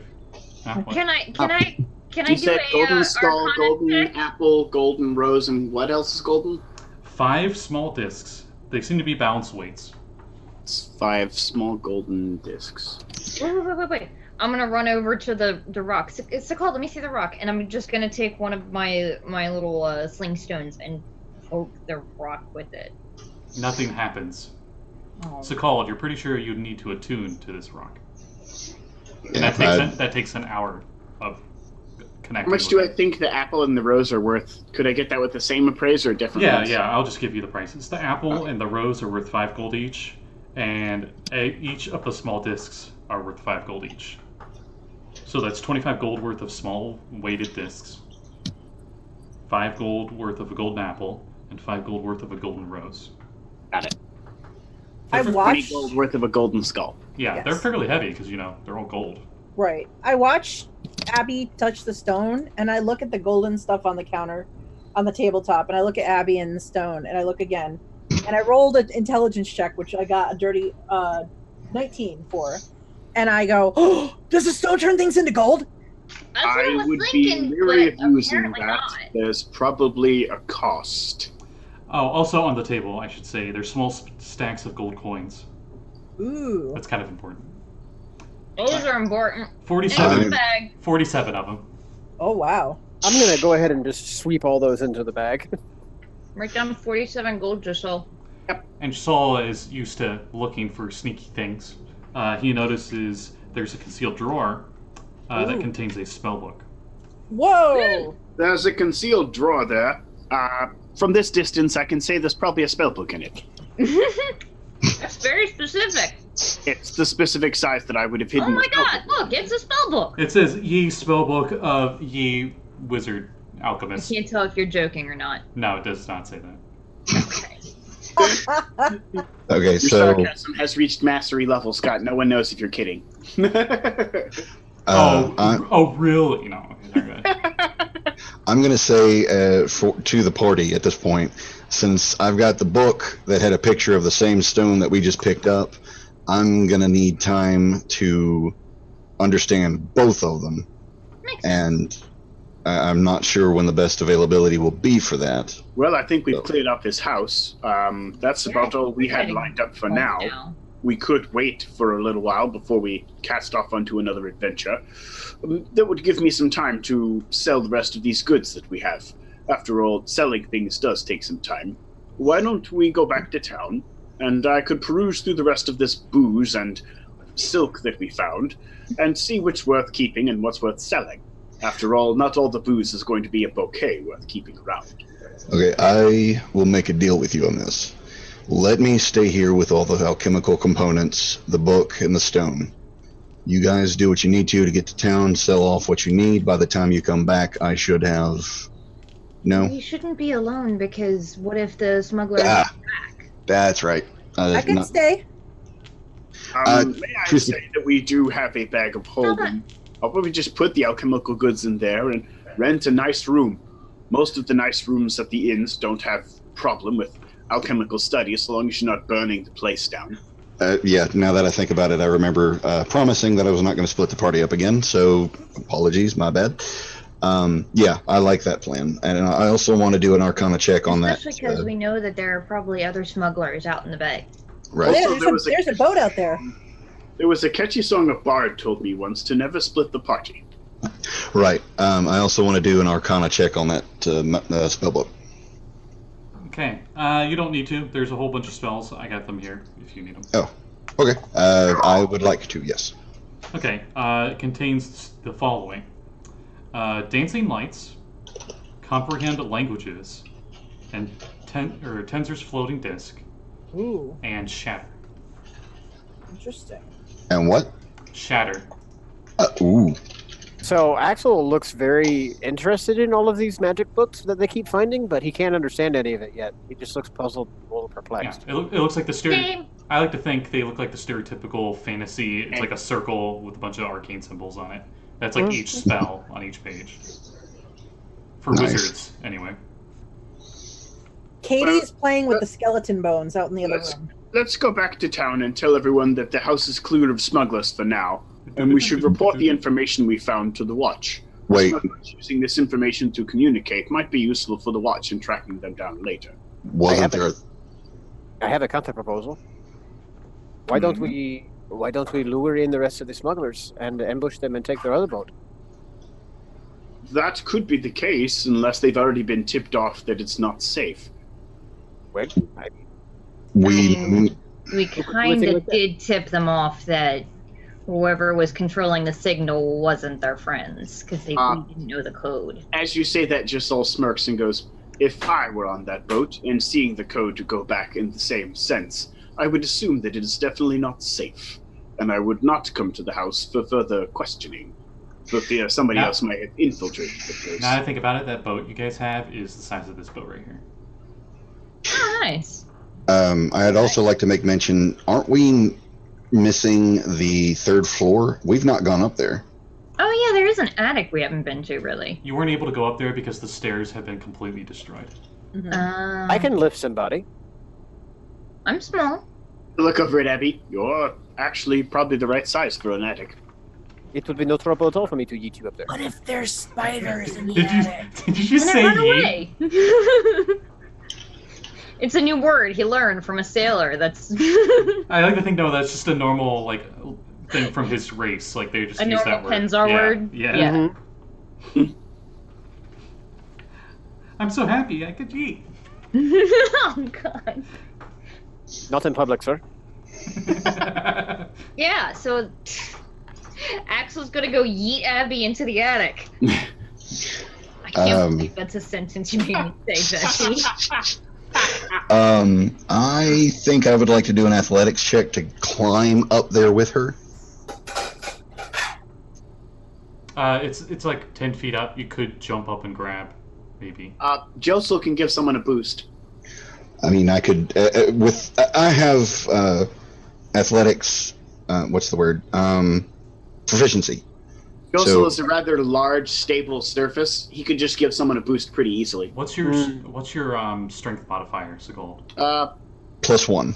My Yeah, strength is 14. somebody, How tall are you, Sekald? Advantage. 7 feet. Okay. Thank God.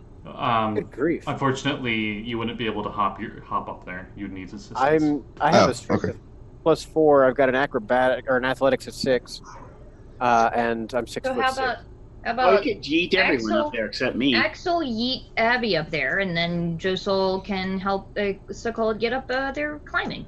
That would work. Okay.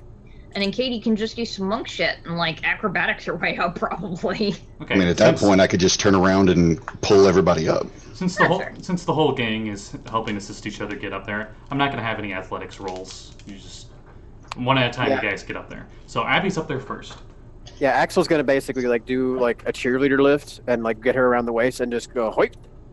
As everyone gets up there, Josul's the last one not up, and he goes, "I'll just stay here if it's all the same." All right. Yeah, you can keep watch. Yes, I'll make sure no more smugglers come in down here. Do be careful. It's an attic after all. You could end up falling through the rest of the house. Oh no. How big is the attic? Can I stand up? There's no light in here. I cast light on my shield. Don't you Okay. still have that light rock from earlier? Did No, you it just, only like, take it lasts with- for 10 minutes. Yeah, That it would must have have faded by now. Oh, sorry, my bad. There's low light in here, but your stone would give it the rest of the room light. I There's tossed the grimy stone up so cobwebs. she can use the same stone. It's a fairly big attic. There's grimy cobwebs on the floor and ceiling. The floor is covered with broken furniture and other rubbish. And as you get up there, Abby, and you got the stone around, who's next? Sekald. I helped him up. Okay. You guys swear you can hear like squeak, like a little creature squeaks. I guess I will bring up the rear if I'll help you Careful up. don't step on any mice. I help Axel up after it's called. Oh, thank you. Okay. Oh, no problem. I am a large, stable surface. And definitely at that point, we'll just say very conveniently, it's because your laugh is so hearty that it shakes the attic. It does. Coming off of this, what's been hanging on the ceiling, a bunch of little creatures fly down and go to attack all of you as you roll initiative. Yep. Abby did it again. I figured the swarms. Abby's gonna have the paranoia of swarms of tiny creatures now. Keep It in would mind, have to be a flaw. keep in mind You're there's gonna only hear a three. shockingly dirty word in Aquan. There's only 3 of you up there right now. So Yep. Because Katie didn't climb up yet. I can help you up when it's your turn. Yep. Can I, instead of initiatizing, just ready the action to help Kade up? Because I can't really reach anything that's up there from down here. no, I would still want to roll initiative just so we know when you help her up. You know. Got it. Well, okay. Well, Katie, I really hope you don't get good initiative because I got 3. I can always just run up you. Just use me as the springboard to get up there. I'm pillowy and giggly. 4. You could just bounce right off. I got a 4. Oh, it's perfect then.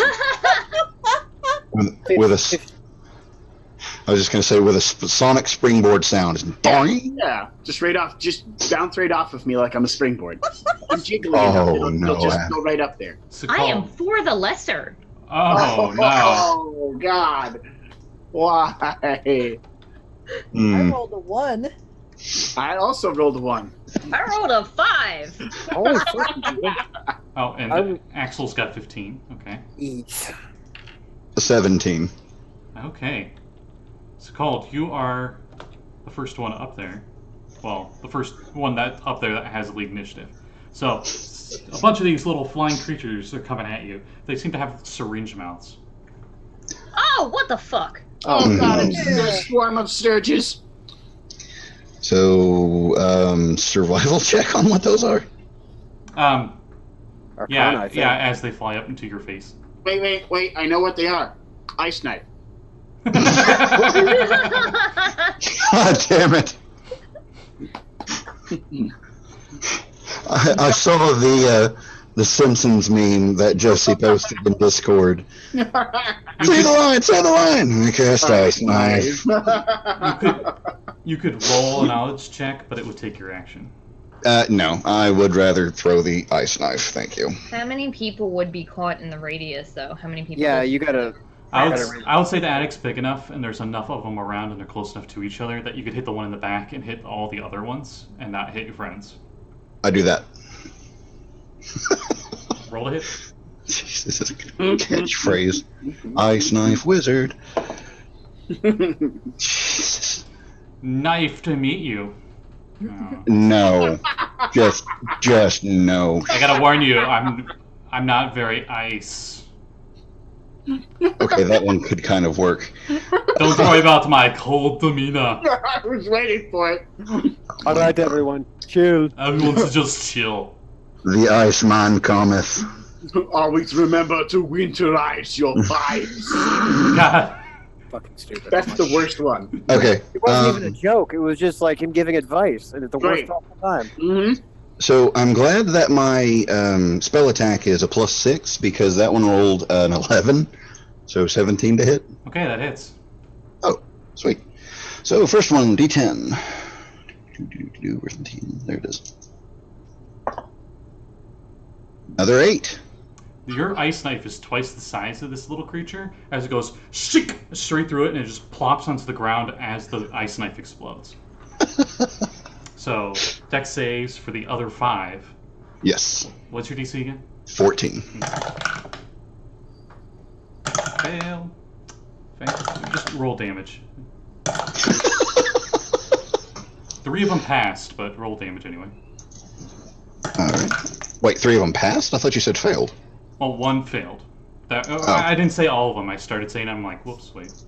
Oh, okay. No worries. Jesus! 7, 6... Wrong campaign. I don't think Jesus is in the pantheon here. Yeah, really. 13, 4, 17 total damage. Okay. These are Sturges, I'll just tell you. And Sturges have 2 hit points total. So even if they pass, you super killed them. They all just freeze solid, fall to the ground, and shatter. End of initiative. As I stated, ice knife. I like the idea that that happens, but Katie's like, I'm coming, and just uses her would use her key and like double her jump distance and go up through the hatch and land and look around at the frozen sturges and go, were there exploding spiders? And there's like one of the ice knives like pinned a sturge to the wall, but it starts to melt and it falls, and Abby goes, ah, fuck! Josul, that's how I had you.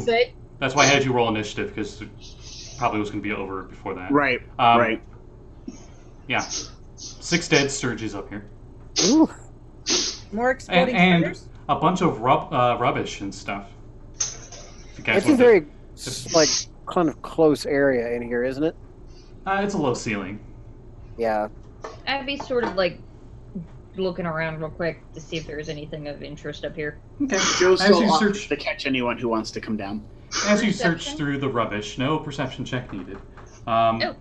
You discover a porcelain doll that is costumed to look like a sailor. The doll's eyes are made of 2 pieces of jade. Oh. Hey, Josul, I found this cool thing. Appraise check. They're worth 10 each.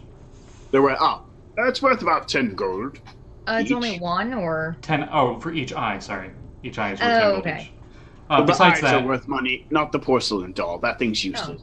I like the idea of Abby going to the open attic hole and like, Josul, how much is this worth? And then disappearing back into the attic to look for more stuff. just Josul like, hey, catches I found the a thing! doll. Duck it out, and then disappear back. I found another thing! Josul catches the doll, realizes the eyes are all that's worth money, and plucks them out of the doll and throws the porcelain doll on the floor. As you're plucking the eyes out, Katie goes, catch! And she jumps through the hole. and then catches Katie. and besides the dead sturges and the rubble, there's nothing else really up here. Okay. You said that emeralds are worth 10 each? The jades, yes. Or jade, sorry. Emeralds. I take the doll now without its eyes, and I pocket it in my bag. It's one of those creepy horror movie ones. It's got like the cracks all over it and stuff. Which would make her want it even more. Mm-hmm. Let's be honest. I know, that's why I had to say it. Oh, I got you. It's creepy. That's It's a creepy also horror why- movie doll. That's also why Josul plucked the eyes out and then tossed it aside like it was useless, because to him he's like, meh. I will say, if it says, Heidi ho, I'm your friend till the end, I'm tossing that shit. Let me know, I'll cast Bonfire. Oh, I'm kidding. This is a normal doll. Roll initiative from a I doll. think the only way we're going to get the proper voice for that doll is if Kevin comes in here and does his Maligno. Oh, yes. Because Kevin's Maligno voice is freaking awesome. I don't know how he did it. He somehow managed to make a fucking, like, 2-foot tall wooden doll sound terrifying. Oh, I love it. I absolutely loved it. That was great. So, If you haven't heard it, everyone, you need to hear it. now what do you guys do? I Heading back to Saltmarsh, yeah? We Yeah. kind of need to go because I'm out of spells. What? And make sure we What? grabbed all the alchemical supplies from the alchemy room before we left. Sekald What's would the know they're Use worth this. 20. They're 20 gold worth of alchemical supplies. All right. We can Which take I'm- a rest before we leave. Maybe let's do that. can we take the boat back perhaps, and some of us rest on the boat? Sure. I don't think there's room enough for all of you to rest on the boat we just Yes, sat there in. is. There's room. Not with all the goods on it. If you take it in There's 8 turns. casks. and I'll boat move can the hold boat to shore so there's plenty more room. Wouldn't we be able to put like all of the supplies in the bag of holding and have more than Oh enough? shit, we have a bag of holding now. That's no.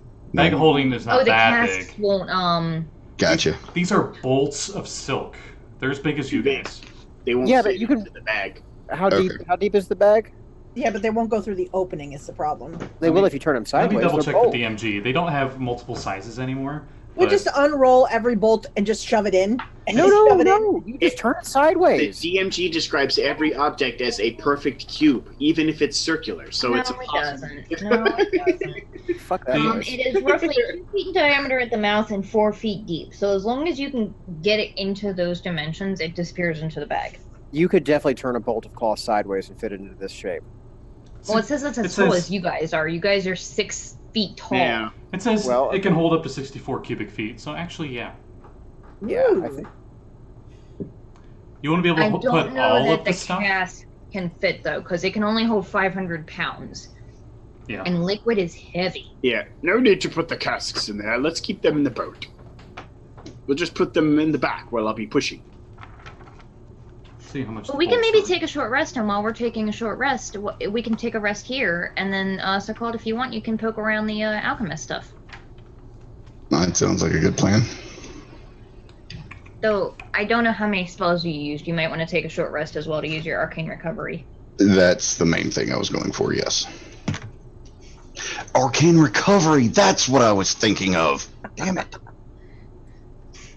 Yeah, it was 5 bolts of silk. I was just double checking. Mm-hmm. Right. Yeah, so like your average bolt can range anywhere from like 4 feet long, 4 or 5 feet long, but usually like the width of it's not much more than like a foot tops if they've got the like. Well, yeah, they're like not round fold. Like if they got like the narrow. not round type where they. Mind you, this is silk, which in medieval times was made using silkworms, as it mostly is today. And the silkworms are kept in tiny compartments, so that when they made the little silk pouches, they could take out the little piece of the clump of raw silk and form it into the cloth shape. I was just talking about the way they store worked fabric, where Right. sometimes it's like on a roll. Just like giving they further found. worth to the silk, because And- this was such a hard process to get this much of it. Right. No, absolutely. So- And some fabrics are like wrapped around like a more squarish or Right. rectangular sort of form. Yeah. And So either way, we should be able to fit all of the bolts inside the bag. yeah, you can do Also, that. fuck that doll. Yeah, kill it with fire. I will indeed do that. Yeah. I posted something in Discord. Oh, I got it closed right now.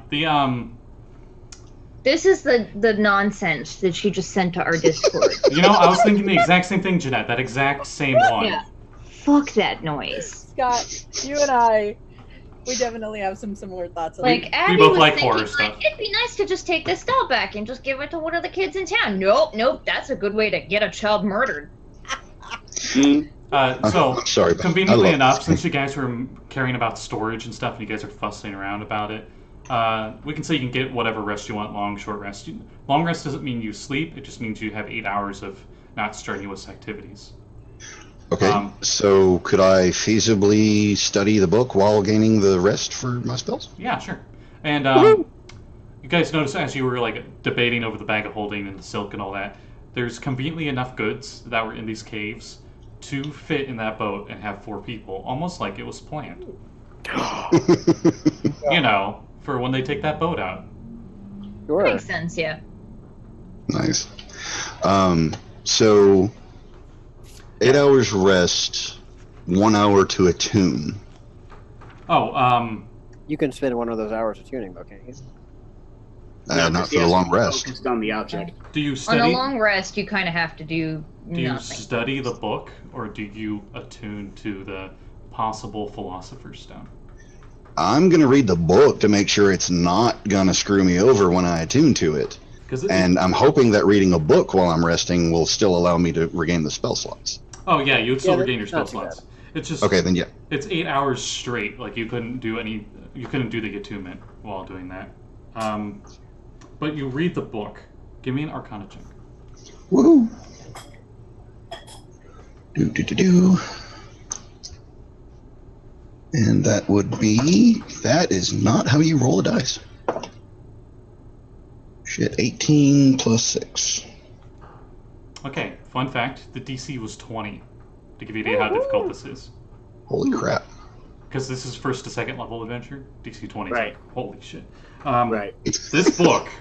Well, second edition adventure wouldn't be a instructions. DC 20. Yeah.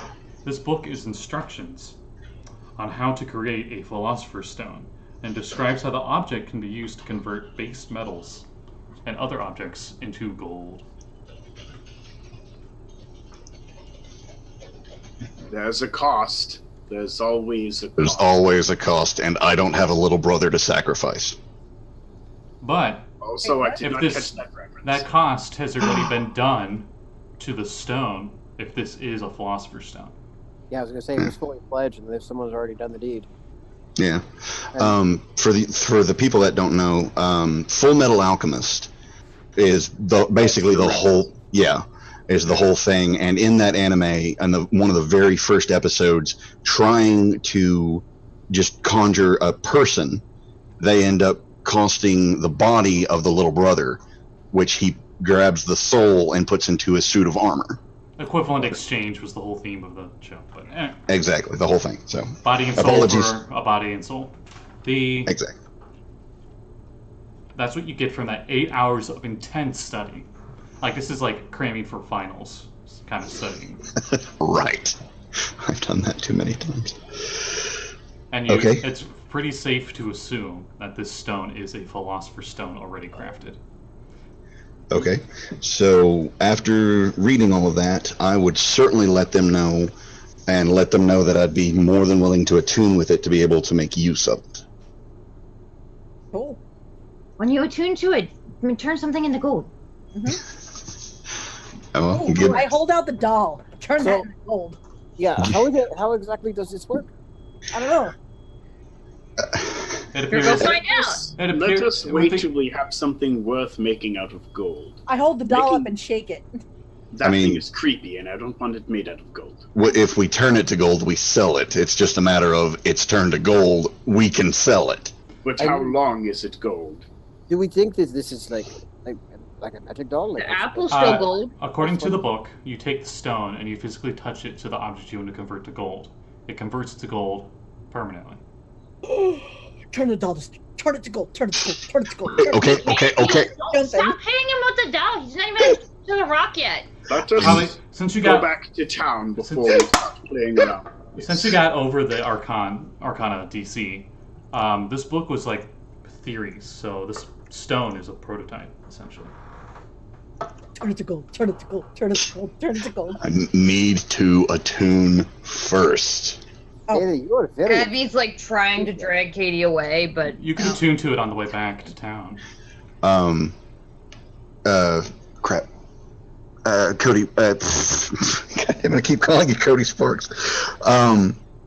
Scotty, what's the name of the Sahuagin shark goddess again? Sekald, I think. Sekald. Yeah, that's right. That was pretty close to that. Okay, so yeah, just pray to Sekald that I can do it right, and I will do my best to attune it on the way back. You pray to Sekald, and you just can't help but feel like it's like, do it your damn self.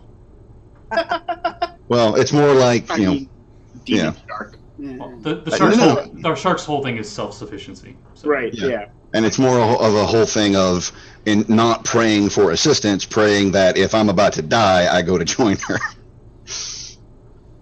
When we go to leave, you see Katie come out holding 5 skeleton skulls. Give me time, woman. We're gonna turn them to gold. We don't actually know if it's usable more than. We have other things that would be better to turn to gold. I kind of actually want what one. people would pay for a solid gold skull. I just look around. I like readjust the skulls I'm holding and put my hand up like this. I'm just imagining I'm like, who would pay for a solid gold skull? Everyone in the party raises their hand. Honestly, if I had more paper, I would need a good paperweight. A gold skull that makes the perfect paperweight. It would, actually, yeah. How intimidating of a desk would you have if that was your paperweight? Mm-hmm. Well. Okay, so what do I need to do? You're an evil lich or you're a D&D nerd, one or the other. There a way to right, yeah, exactly. This is kind of both. Sorry, everybody talked at once. Sorry, what did you say? Jesse? I said, is there a way to make a skull do this? Oh, cool. That is cool. That would be neat. Yeah, prestidigitation. That would be neat. Or a minor illusion. Could you use thaumaturgy to make the skulls like eye sockets glow? I guess. Theoretically. It's a good demi-lich prop. I would love to have that as a familiar. It would make a nice, phylactery or something. Yeah, right. It would be neat. Golden skull phylactery. Are you guys heading back to town? Are you resting here? I'm already rested, so I'm doing my best to attune. Yeah, we're doing a long rest. You did your long rest already, that's right. So, what do you guys do after the long rest? Well, we have to load the boat up with all the people and the rest of the stuff and go back to town. Oh, you guys did that before you... Yeah. After that loading battle. Up with the, did you want to take... I think Sekald wanted to take some of this alchemy stuff, so... I think there were a couple of crates. Maybe we could pack it up and use some of the silk as padding so none of it gets broken in the jostling of the movement. I'm sure they have like straw or some other kind of like wool or some other kind of not silk I material. point towards the clothing that the dead thieves are yeah. wearing. They don't need their shirts anymore. That's Let's better. use I that. guess. And wouldn't it be a better idea not to use the silk in such a way that it would be damaged or? I'm Yeah, just we don't saying, wanna fuck with the the silk. alchemy equipment is very. Okay. Ooh, I had an idea. Oh God. What if you turn the silk to gold and then sell people a bolt of gold? Holy fuck, they would charge out the ass. Okay, when you do that, let's turn something that's not the silk to gold first, because we don't know when you turn. I hold it up to a gold. skull. Meanwhile, on the No, plane of it has to be fabric, because like when you turn it to gold, does it become like cloth of gold, or does it become a sheet of gold? I won't know anything until I attune to the damn rock. So heavy.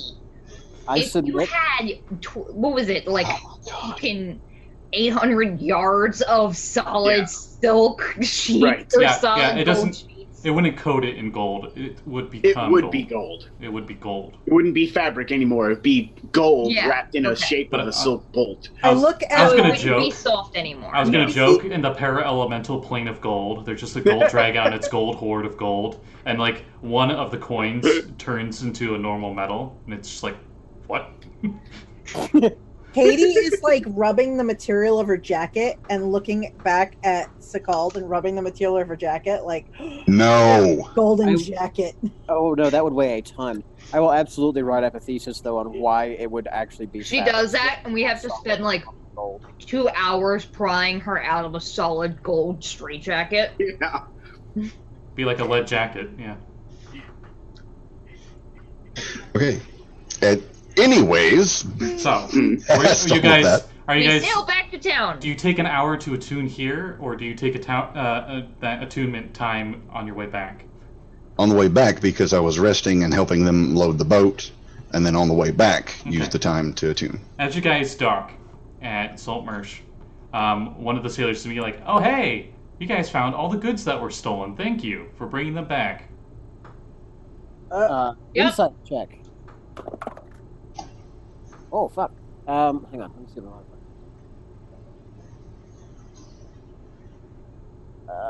okay. So does a 23 get it? For like, what does a 23 on insight tell me about this guy's? What do you? I'm trying to insight? see if he means is this honestly like, were these really stolen goods or? Or if he's trying to con us out of the stuff we're bringing back. He I seems mean, pretty. we know they were stolen goods. They literally have the name of a different He town. seems pretty genuine, and within that half second of you possibly doubting him with the insight check, another person's like, "Yeah, that stuff was stolen like a month ago. Wow." Yeah. Okay. I hope one of the councilmen are paying you guys for it. I'm gonna go get them while you guys are taking everything out of the boat. Yeah, don't worry. We'll set and put it back on the right boats it's supposed to be on. I assist to make sure that it is confirmed that they're putting him back on the right boats. Abby's gonna run off to find Also, so I know which boats they put it on. For no reason at all. Okay.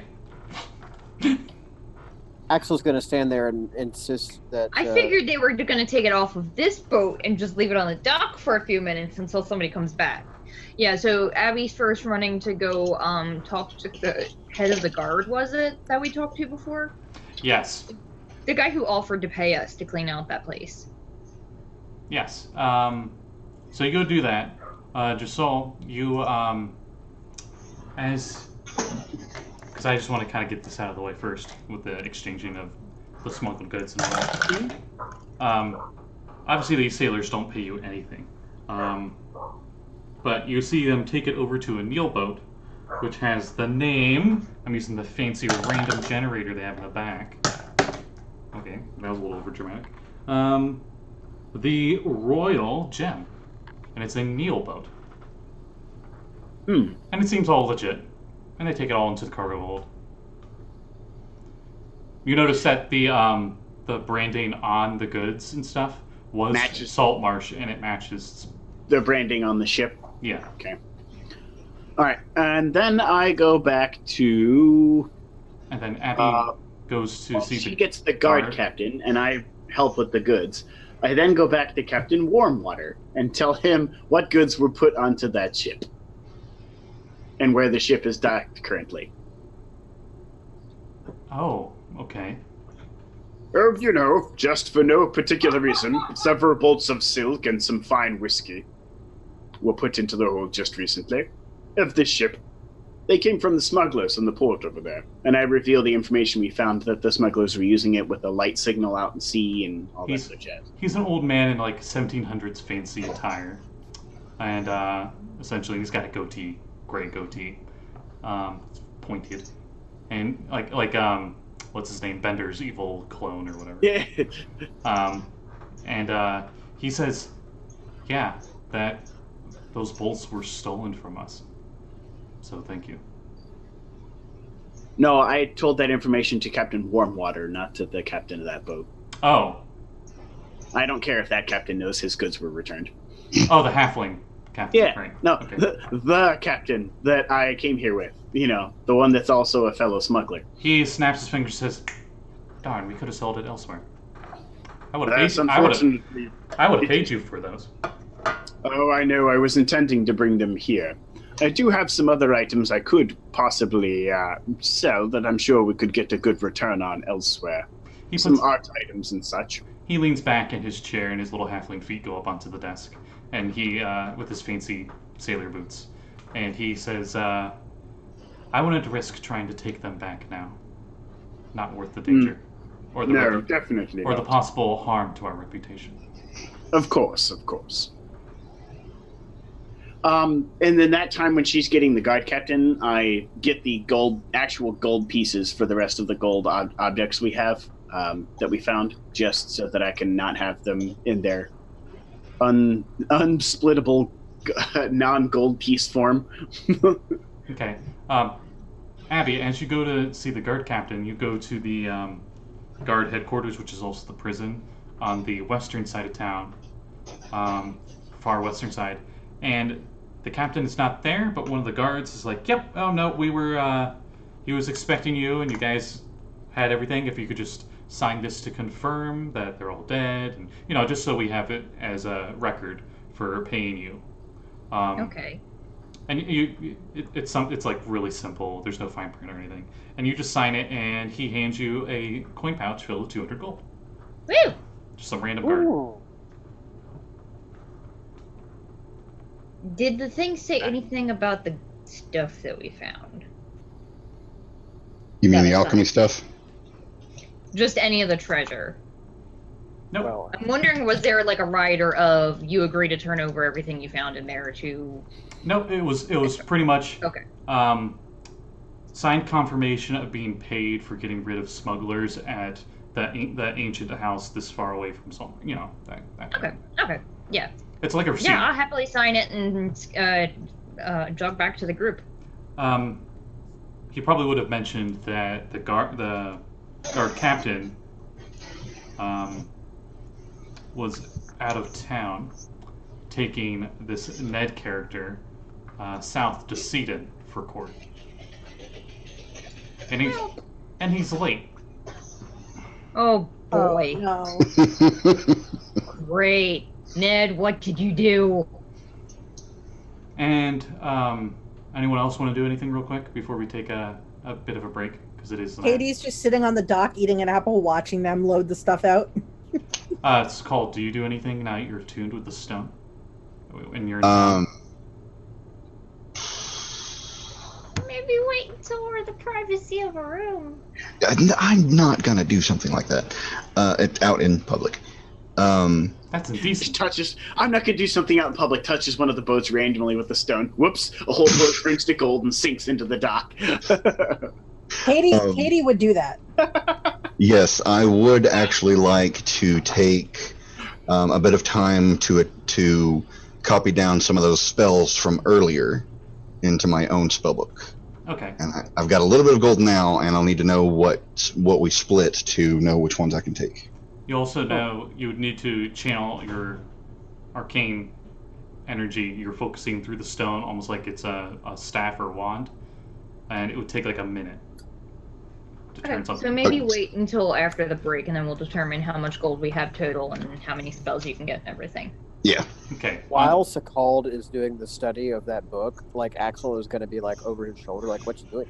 Hey, can you explain to me this?" Okay, one, What is- no, because we've already done this trip and I've already read the whole book. So no. I'm just trying. No. You look so Abby sad. would like gently lead him away. It's like, no, you can't. He can't teach you magic stuff. You gotta learn some of that stuff on your own. Okay, and on that note, we'll take a 10 to 15 minute break. So, and we're switched over and unmuted. Hello. Woo! No, Jeanette. Hi. Yeah. Anyway, so you guys are in the town of Saltmarsh. You guys took your break. You got your 200 gold. Sekald's looking ominously at some random object while holding the Philosopher's Stone. So first thing I need to know is how much do we get split? Because I'd like to. Well, from as Abby's running, she's sort of like counting out 40 coins at a time. So each of us give 40 from the 200 that we got from the city. You didn't Nice. get, and you didn't get paid anything for those bolts of silk or those casks. Yeah. By the way, No, at all. that We just 200 returned gold was considered your payment for bringing it back. No, I understand that, but from Josul's impression, or the impression I got from Josul, we may be getting them back. We'll see. So Katie- Come on, guys. 5 of us? yeah, it would be Yeah. 40 gold each from that bounty, essentially. That's not including the other gold and gold items that you have. Oh, Josul, you would have easily been able to sell whatever items you had that you were going to sell to your captain or one of the many other merchants that are on your boat, since it is a merchant ship. Okay. Everyone gets 24 gold from Josul. Wait. His ship is like a big man-of-war ship, and instead of having a bunch of weapons and stuff all over it, like it has a ballista up on top, of course, you know, in case pirates attack or something. The interior is a whole bunch of shops. Nice. So So Katie is going to go up to Sekald after we split up our loot, and she hands you 60 gold pieces and says, "You probably need this more than I do." Oh, hey, Mr. Josul, can you help me sell this armor? Oh, certainly. I have chainmail that I'm not using now that I have the fancy ass plate mail. And it is chainmail. It is usually 75 gold, but I don't know how much I can get for it. But she is going to spend the time to like try and clean it up and get all the blood off. And So, I'm give gonna me sell a it. persuasion check if you I'm want gonna sell it, and then I'm gonna use deception to tell a tall tale on who it came from. Okay. Katie? My deception check to lie to someone about how awesome this chainmail is, or how awesome the person was that had it, is 20. The dirty 20. Okay, they originally offered 50 gold for it, but you were able to get it up to 65. ooh, I heard my name, Sekald. And you Yes, see message. that, and Josul, you see that more understandably as it's worth 75, but you're a merchant talking to merchants. They gotta make something off of it, you know? Right. Mm-hmm. I get the 65 for it, and I bring 50 of it back to Abby. that makes sense. I'm fine with that. You take a tip. Well, yeah, I had to sell it. It takes effort. A good She would be merchant kind does- enough. She would offer you half of that 50. A good merchant does not work for free. Oh, and while you guys are just searching around the docks and stuff, it's in the afternoon now. By the time you guys got back to Saltmarsh and you're taking care of business, you just can't help but notice on the dock, there's that one trade center that's that company of Eins or whatever, and it's that tiefling lady that's selling stuff, and you can't help but notice she has new items. Ooh. The items she had I am before curious. are gone. Mm. I'm gonna go talk to her. The captain? No, the tiefling shopkeeper. She is, Yeah, the one- She is a captain. Oh, she is the captain. Mhm. Okay. Yeah, the one that I effectively had Sekald trying to flirt with. Captain Zendros. Emissary of Eins, or however you pronounce that. You know, Those are the people that are hated around here because everyone thinks they're demons, right? They're tolerated here for sure. Just because they bring a lot of gold and they buy a lot of the fish here. Well, that makes perfect sense for Sekald. Anyways. This city specifically in this kingdom of Keoland, I guess? Keoland. Land is a very capitalist centric town. You see she has in stock a fancy looking amulet, a few scrolls, hey, a bag of holding. You notice a little wooden token of some kind. And yeah, that's a whole bunch of that stuff. As we're walking, Abby's gonna offer half of that 50 because she doesn't know that he took a cut to Josul. Oh, no. Up. Fire. Rock. That's exactly what you just heard, yeah. And then she is heading to follow Sekald because she's curious what this lady has now that we actually have a tiny bit of gold. Probably not enough. She would explain to you all what all these items are. The amulet is a amulet of proof against detection and location. Mm-hmm. The scroll she has is a scroll of water to acid. Ooh. A scroll of resurrection. Ooh. A scroll of demiplane. What? With the bag of holding, of course. And Qual's feather token, and it's the anchor one. Oh. Out of curiosity, how much is that scroll of resurrection? Oh, it's a very reasonable price. It's only 25,000 gold. That's actually very reasonable. Katie laughs. That's why most people stay dead. Cheers. Yeah. Pretty much. Do you ask for any of the Excuse prices on me, anything ma'am. else? Yes. Can you show us if it really works? Can you fix him? I can guarantee it works. Or your money back. If it works, if it does work, Katie, the scroll is wasted. Exactly. And she can't sell it. He might be very interesting alive. Oh, He might would not be able to talk Could be, once he's but alive. if he doesn't have any money, then she just wasted a lot of money. How much do you want for that skull? She says. Well, I don't know. How much do you give me for the skull? What's it worth to you? Well, this was my best friend in life. Oh, 5 gold? 7. 6. Okay. Give her the skull and take the skull. She can't speak with dead on the skull Whoa. as she takes it. And she's like, and she just talks with it, and he's just pretty much like, she's just asking basic information from him, and it's saying like he's a smuggler and all this bunch of generic stuff. She doesn't get anything very useful out of it, but she more uses it to have like a silly little small talk, and she's kind of just showing off. I lean down to Abby and go, if I knew it could talk, I would have asked for more gold. I think that's a spell. Okay. It still could talk. All bodies can talk if you cast a spell. Okay, that's creepy. I mean, yeah, I guess it's a little creepy, but... If you need me to do that at anyone specifically, I'll do it for 50 gold, if you bring their body back. Good to know. How much of the body do we need? Just the head. I point at the skull. What about the golden one? Like, I already sold that. A golden skull? She says. It was a paperweight. Could have been real at one point. Not sure, to be honest. The craftsmanship looked well enough. Where did you find that?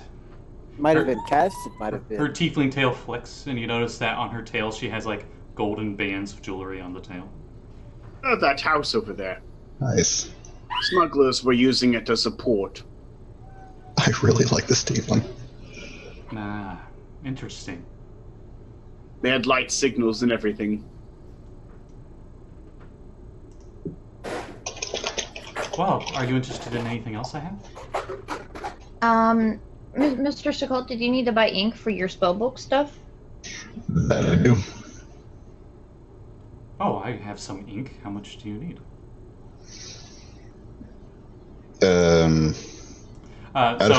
So for wizard, it's 50 gold per level of spell. So you could just save this much gold worth. So 50 gold per spell. per level of spell. Well, yeah, but he can only learn first levels so far because we're level 2. That's true. Okay, so I'm confused. Is it 50 gold for the ink for the copy of spell? Basically, Yes. yeah. You pay for the ink, and then you can make the spell. I'm going the critical route because that just made the most sense. The highest quality ink. Okay, if that's the case, then I think that's always the way it's been, Scotty. Oh, well. They just don't necessarily make it clear in some of the later editions. I'm just thinking because, what's his name? I always call him the hobo wizard. Oh, Caleb. Okay, Little yeah. guest. Yeah, Caleb talking to the furball merchant. I love their interactions for the buying ink. Ooh, Pumat Soul? Yep. Oh, you need wizard stuff. We got that. Oh, boy, you need wizard stuff, yeah. so if that's the case, unless I can make a deal with her, checking my charisma stat, I'd like to get 200 gold worth to be able to copy down several spells. 4 spells. Yes. Okay.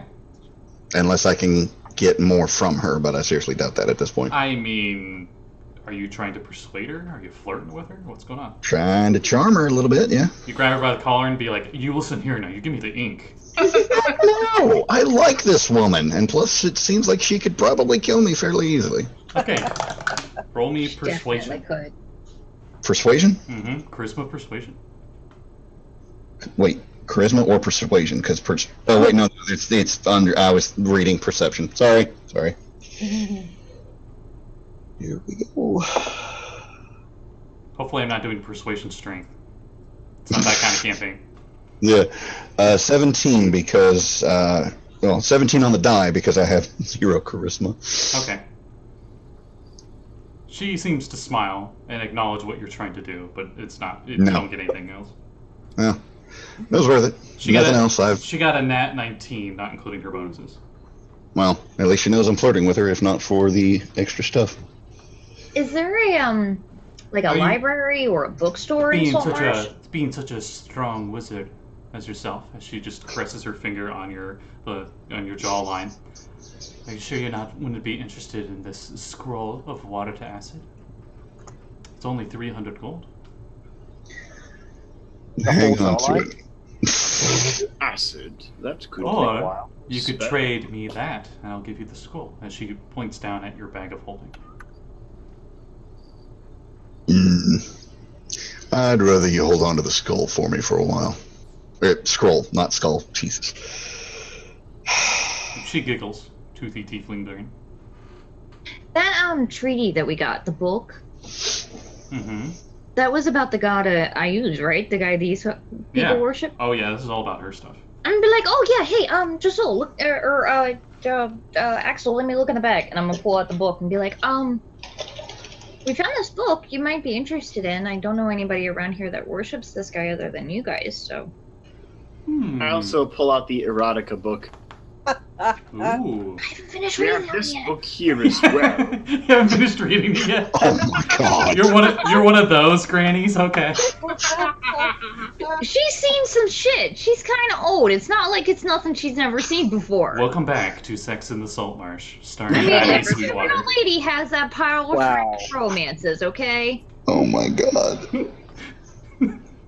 One is like, ye tusk of ye love.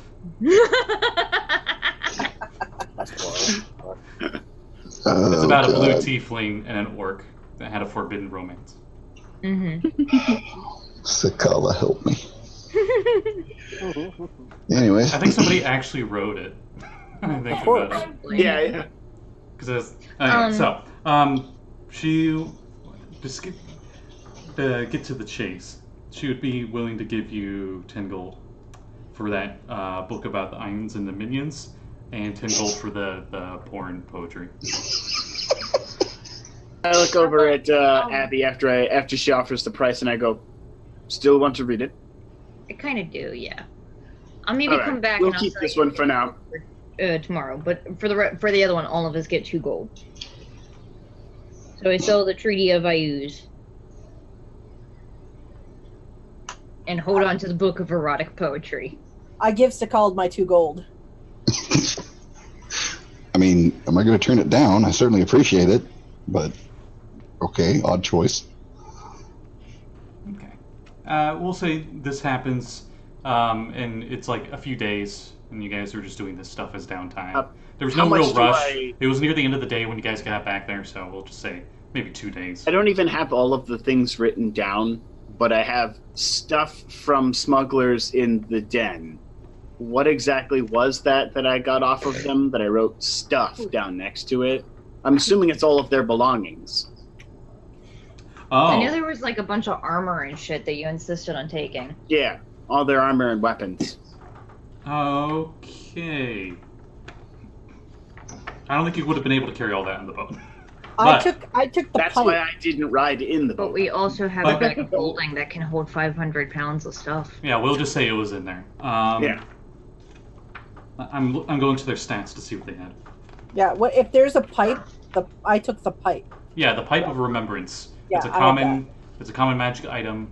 Josul, you're pretty sure it's worth around 100 gold. Yeah, it's in my bag. Yeah, that was Kade has that one. Oh. We keep wanting to say Kade. Is it Kade or Katie? It's Katie, but whichever. Okay. Each of us also gets 6 copper because I forgot we found a sack of 30 copper. Oh, Hobgoblin had a long sword. I know that. The rest of them were bandits, so it was just short swords, I think, scimitars. Yeah, short swords, scimitars, and clothes. I mean, they're like common clothes, maybe a gold each. The clothes aren't worth anything because it has stab wounds in it and blood and dirt. Yeah. I mean, she might need a rag to wipe her muddy boots off with. I mean, you could turn it into gold and then sell it. Everybody looks over at the Sahuagin. I don't really know that we would have wasted time to take all of their clothes off when we're gonna get like maybe a copper out of it. Yeah, how much do I get for all that stuff, just all together? We'll say total 50 gold. Most of it is from the weapons. I was going to say some of it's probably shoddy craftsmanship. Most of it, I think, is probably from the armor, because armor is expensive, weapons are cheap. And you're pretty sure the only reason you were able to sell those weapons is because of the ship you're on. And it's 50, right, altogether? Yeah. Oh my god! Right, everyone gets 10 gold. Ew. I give Sekald 5 of it. Jesus. Did you sell that vintage wine that was 50 gold, Josul? Oh, that's right. Josul opens his backpack and pulls out the vintage wine. Now, why would I sell vintage wine? Because it tastes like vinegar. He's gonna cook with it. It smells really sweet. This would make an excellent... I thought it did taste like vinegar. No, it tasted really sweet, which apparently is considered cheap wine. This would make an excellent bouquet, especially when cooked into a proper dessert. Well, I mean, we did just make a lot of money. We could go and get a pretty nice meal at the snapping line tonight. But I don't quite know if they'll have a nice meal of the quality that I would like to have. Well, I'm pretty good at cooking. I can... Are you now? Then I say let's buy the goods and cook them ourselves. That's fair. By the way, that gold band on her tail is canon. Ooh. Nice. Oh. That's nice. I like that. Now let's see the rest of her. I want to see what she... Yes, please. Oh. That's neat. I like how they get the art they gave for all the NPCs. That's so cool. She's my favorite they did a NPC. Nice job. And Saltmarsh. Anyway. She's just a shopkeeper too. It's nothing. She's not like some super high level wizard or some nobody crap. said anything about that. It's not Faerun, that's why I said that. That's fair. Every shopkeeper is secretly a 20th level wizard that's just pawning off crap he found in the last dungeon. That's Faerun. She doesn't seem to give off an aura like she could cause a meteor swarm if she wanted to. Yeah, exactly. See, very powerful mages realized a long time ago that lower level wizards and adventurers don't understand exactly what they're finding. It's the best time to frickin' trick them out of the good stuff. And Faerun is filled with shopkeepers that are all secretly 20th level wizards that are selling stuff. Yeah, Exactly. And every mayor of every town is a 20th level fighter. Yeah, it's ridiculous. It's outstanding. Anyway, It's the Sword Coast anyway. so you guys stay the snapping line. Abby, you can roll me a proficiency check for cooking if you want. Sure, though I did realize also- after I said it that I don't actually have proficiency in it, even though I said Cooking is not actually a Oh, skill. no, I do. Here it is.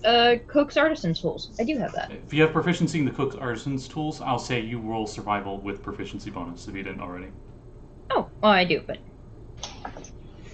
Can I get advantage? You are because I can successfully. roll? You are successfully Right. aided.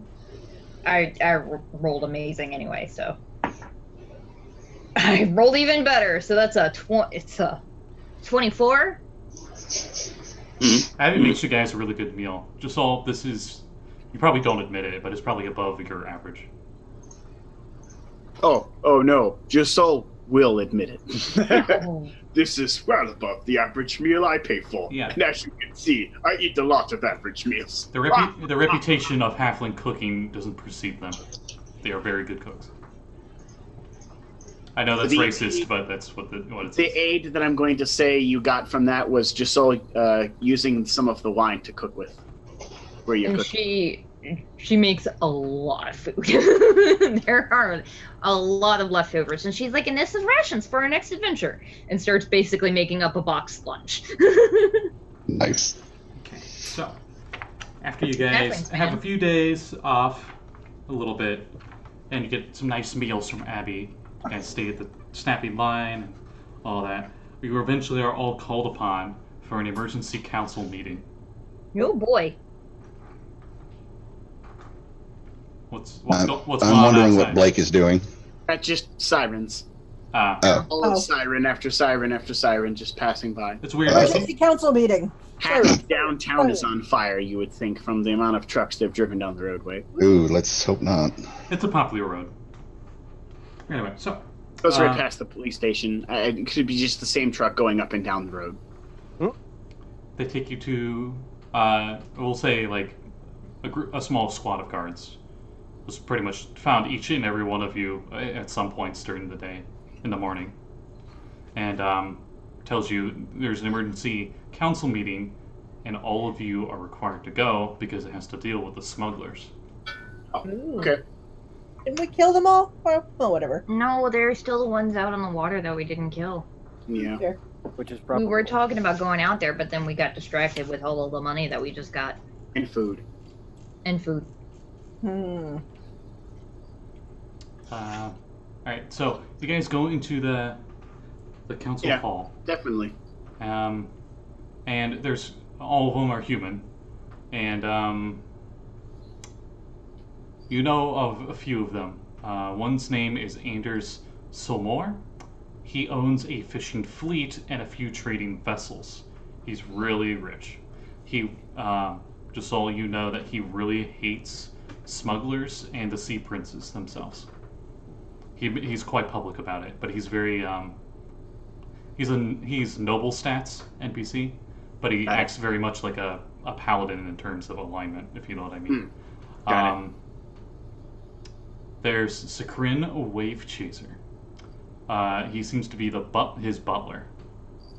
Imagine just stereotypical old man butler who does everything for him. But he seems to follow him everywhere, and he's kind of like a advisor.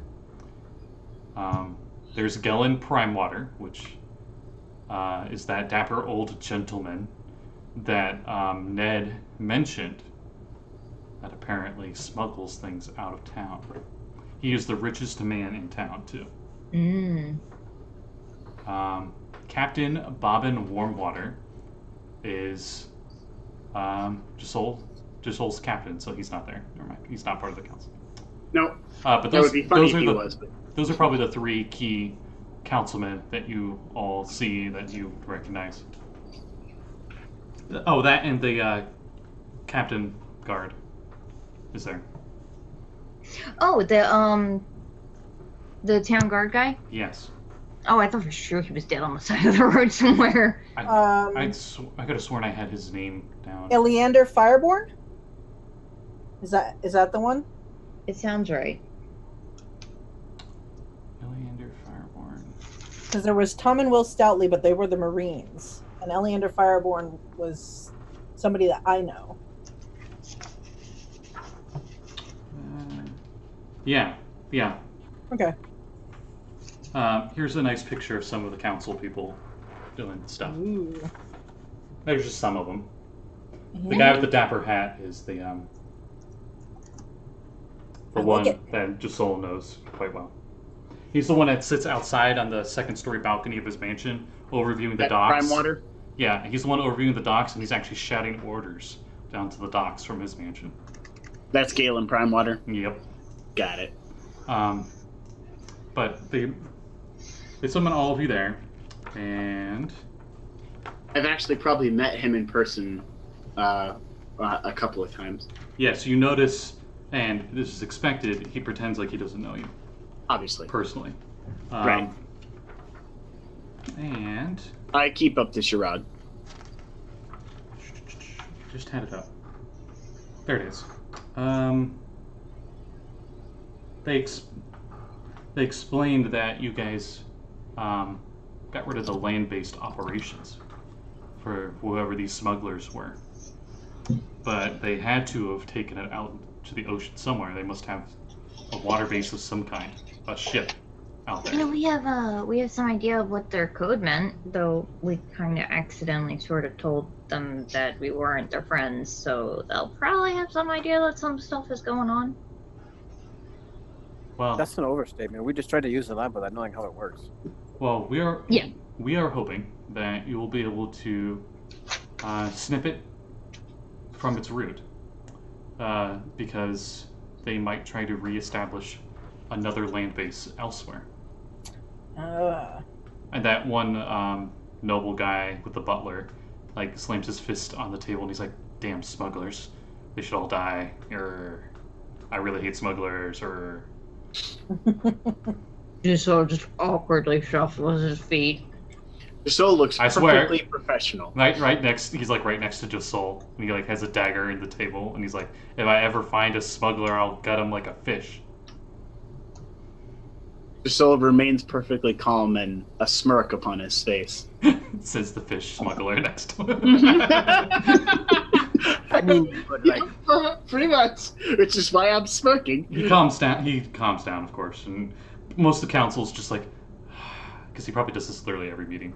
Every other sentence. You notice the table has like a specific mark where the dagger just keeps getting stabbed. He's stabbed at that same part of the table like 100 times. Why do I time that cat every time? You do, every time. Every time. Like, I don't notice until I see you spitting it up, and I'm like, well, great. Oh my god! I love it. That's awesome. But we'll offer you double the reward Ooh, that you got before. gold is nice. If you could get rid of the rest of them.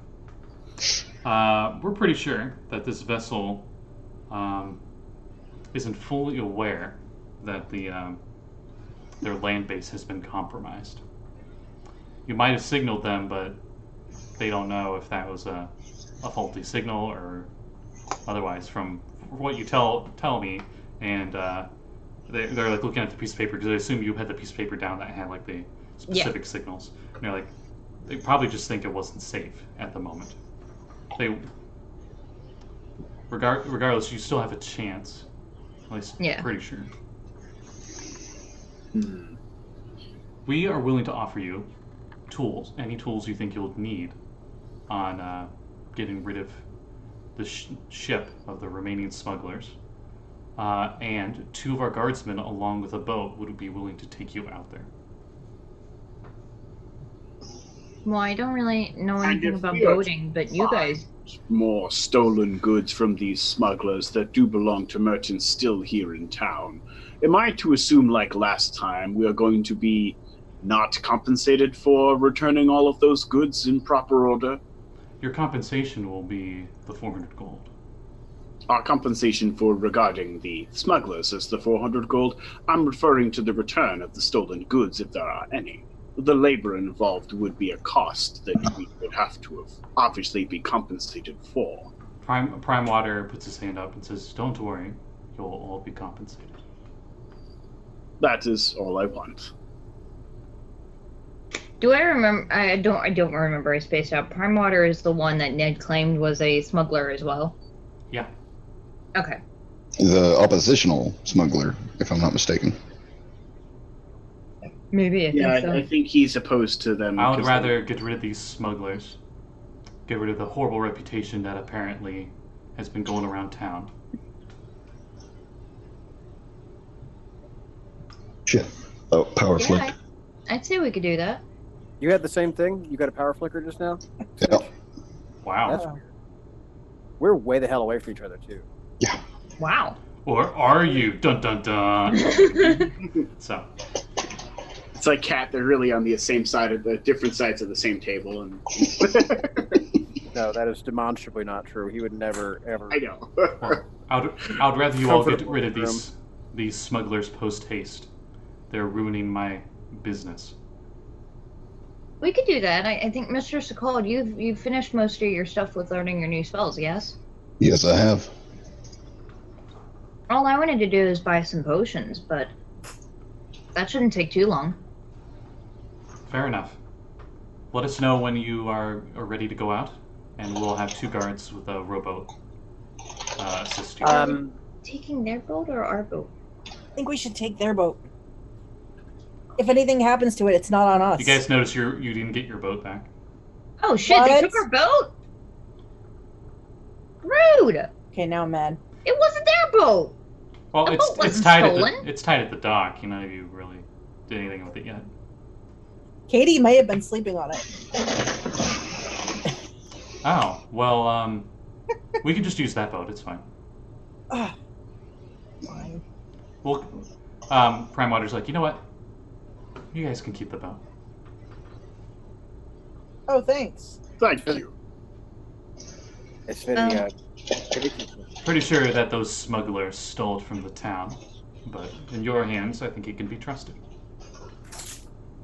We'll consider it compensation for returning the previously stolen goods. Now I feel like we've been rewarded. Prime Water nods. And if that's everything, then I have things to attend to as he leaves. Of course.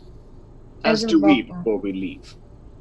As we're walking out, I'm gonna be like, so I was gonna get another couple potions because we used all of them up in there. I Of think. course. I don't know if any of you guys have any left. I have I don't one. have any healing potions.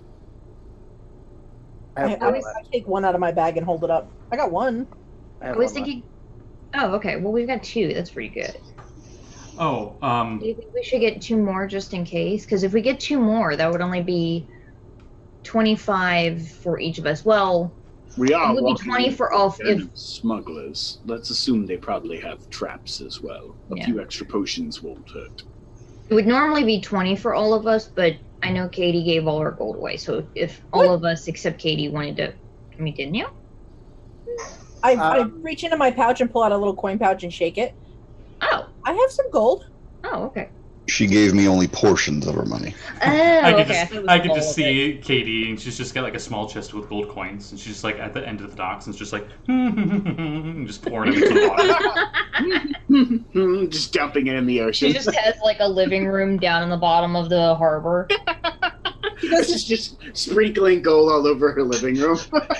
She pays Sekald to be able to upkeep it. Meanwhile, there's just a bronze dragon, and it's just doo-doo-doo-doo, and it's a little fish grabbing the gold coins as they sink.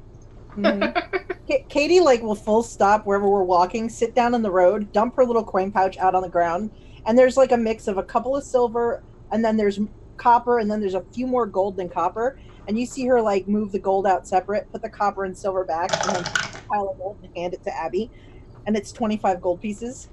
Oh my god, baby, keep your gold. No, it's fine. I have over 100 gold.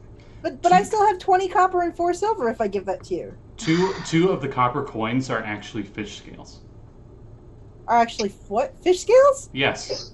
You the land surface dwellers usually use metal coins, but in many of the underwater kingdoms out in the Azure Sea, they use scales instead.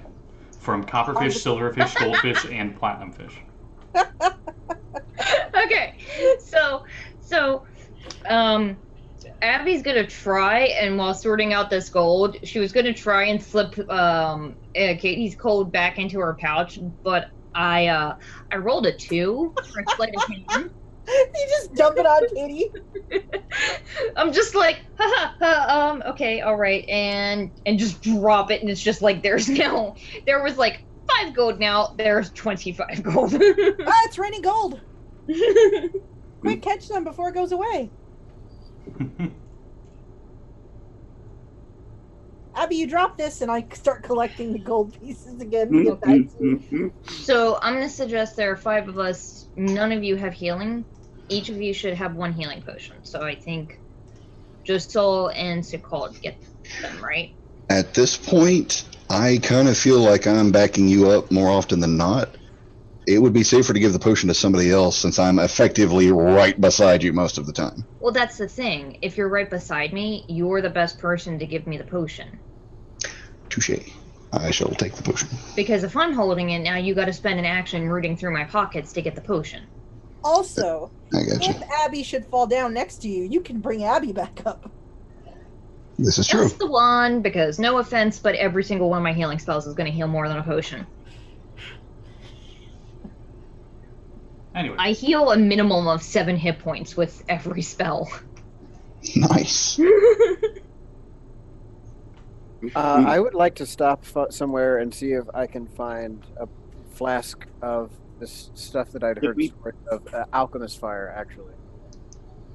I thought for sure you were going to say booze. Yeah, No. me too. Did we pool money together for those healing potions? I forgot. Yeah, it was 20 gold each. Okay, that's fine. I You just want to make sure I was subtracting gold correctly. Axel, you hear of Cleric, the Chosen, is a wizard, and he's got a wizard's tower in town. He's like the town wizard, essentially. And you go to him for the alchemist fires. And he will sell them to you for the PH price, which I'm looking up. 25? Is that No, yeah. 50. 50 apiece. Yeah, I was about to say, I think the flasks of acid are 25. Yeah, I always get the two confused. Yeah, it's 50 gold each. I'll get 1. Okay.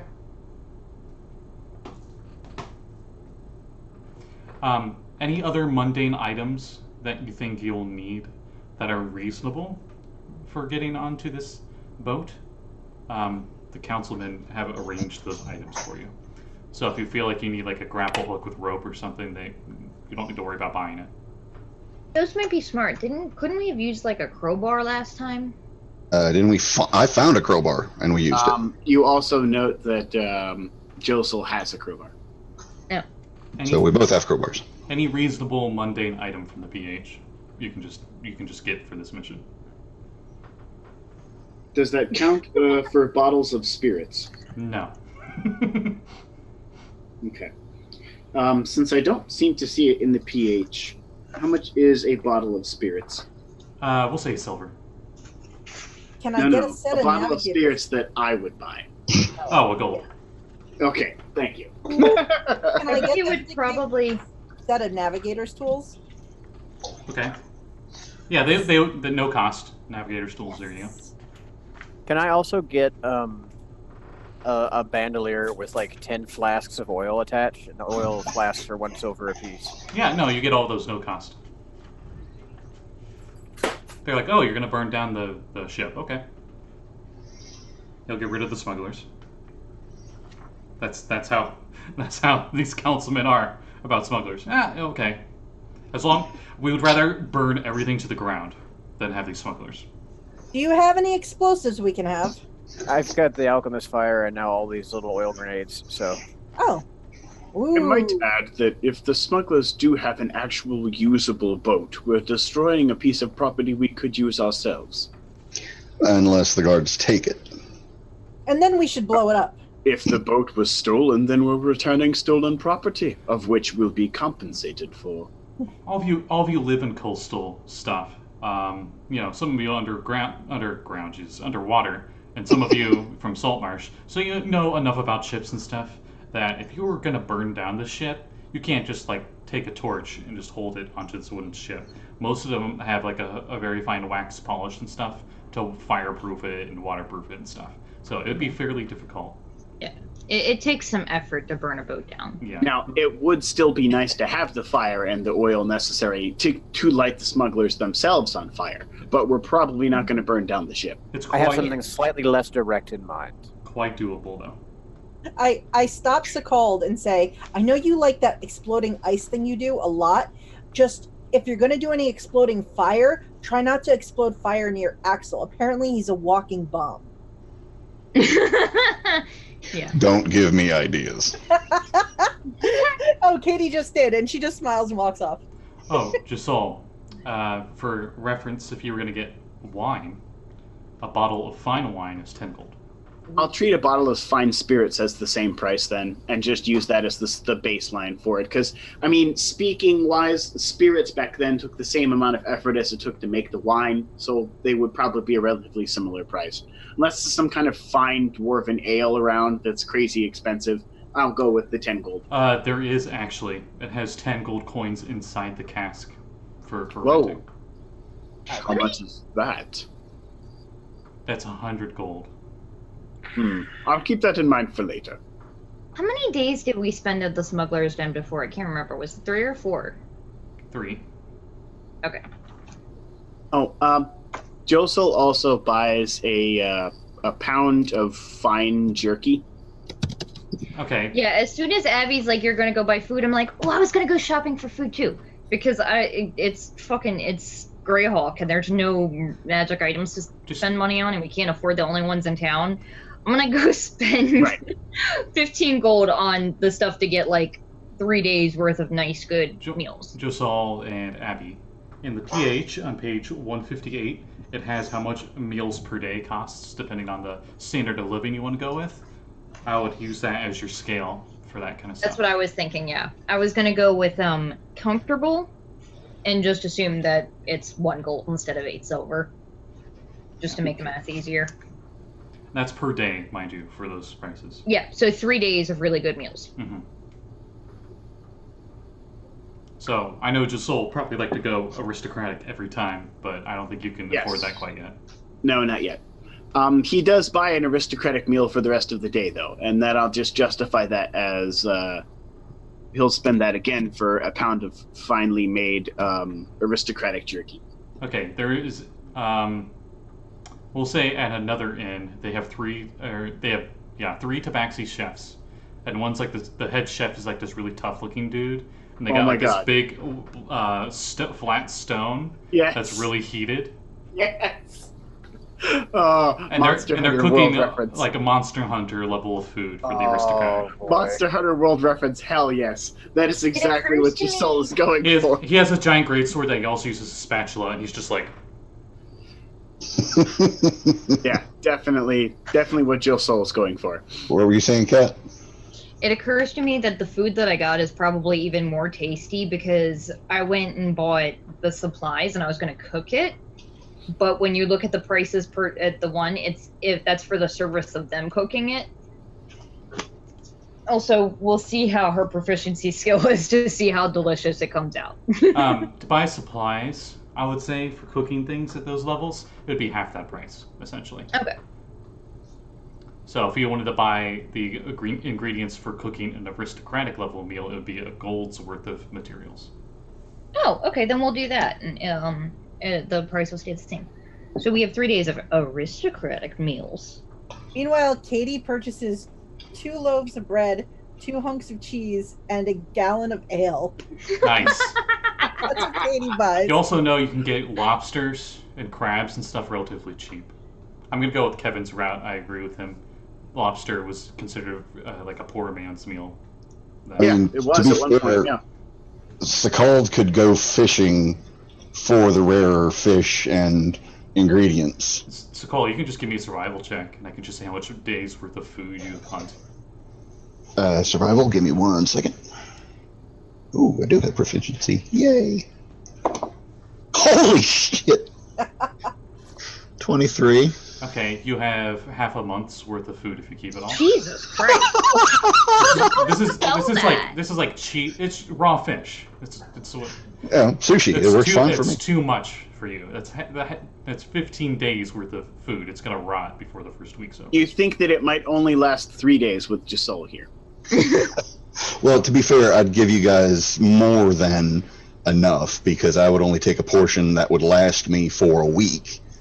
And you know salted. that Josul always eats excessively. So if anything looks like it's going to go bad the next day, just let Josul eat it and it'll be gone. Oh, that in between the two of you guys, you could cook everything else that I would leave with you. So right. While you were hunting, that same school, would that be a school? The same group of sharks that you saw before are in this area. Might be a pod. A pod of sharks, I think. Yeah. Maybe it's a pod of sharks. Let's find out. I know that's what it is for orca, marine mammals. Yeah. It's like a pod of whales. It's not an unkindness of ravens. Yeah. A group not of a murder. sharks. A group of sharks is called a gam, a herd, a frenzy, a school, or a shiver. Okay. A frenzy. It's a I frenzy like of a sharks. shiver. What did you call it? A shiver. No, what Scotty said. A frenzy. Oh. Frenzy. Okay, It's a you did frenzy. say frenzy. Okay, I thought you said. Well, never mind. Yeah, we'll say out of that frenzy. Oh, there weren't as many of them there as normal. There were only 2 of them, but you remember seeing, I think, 4 of them last time. Nice. They don't always hunt together. Usually Right. they don't, actually. Just 2 of them were hunting close enough together, I will say. Right. Do you do anything with those? I'd want to at least try to go up to them in case that they're either trying to lead me to something or are just passing by in the fact of knowing that they're watching over me. Okay, let me, out of character, are you telling me that these sharks are symbolizing something that I am too damn stupid to understand what you're trying to get at? Okay, all I'm trying to get at is you're a Sahuagin and you can control sharks. And these are coincidentally the lowest level sharks that you can control. Ooh. Or should I say charm? You don't really control them, per se. Okay, thank you. In that case, yes, I would like to go over there and attempt to charm them. Charm them to assist us in any... I believe you have charm animals or something? Animal Charm friendship. sharks. Animal friendship, that's what it is. Animal friendship, yes. Okay, animal friendship. Those of you interested, the link I've copied into the Zoom chat is a use of 50 different animal groups and their name of collective versions of them. Oh, cool. Nice. So for further D&D reference of what a group of animals is called, so we're saying it properly. You got anything of that in Russian? No, it's just in the English language, sorry. Animal friendship, there we go. Although you could Google Translate single words. Google Translate can do single words, okay. Yeah, but I've learned from the thing I'm learning from that it's not usually correct from Google Translate. There have been some that haven't been specified as male or female, and they can really screw up a sentence. I strongly recommend Duolingo. That's what I'm learning from. Yeah. Yeah, I've got an app on my phone. I've done one every day this week, and I've already cleared the first 2 levels, and apparently I'm first on the leaderboards. Okay, I'm back. Here's animal friendship. So the duration is 24 hours, by the way. So you can cast this every day, essentially on the same shark. The spell lets you convince a beast that you mean no harm. Choose a beast you can see within a range. It must see or hear you. If its intelligence is 4 or higher, the spell fails. Don't worry, none of the sharks have more than 3, for sure. Otherwise, the beast must succeed a wisdom saving throw or be charmed by you for the spell's duration, aka 24 hours. If you or one of your companions harms them, though, it immediately ends. So, I'm pretty sure Sahuagin, it is charisma-based since it's an innate spell ability that you're using. Okay. And what your proficiency bonus is 2. What is your charisma modifier? That's a flat 0, right?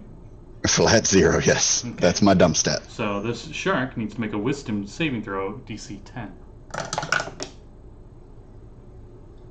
As you cast it, it doesn't seem to be charmed by you, and it just keeps swimming off. Crap. Oh well. Another day. Well, one of them, anyway.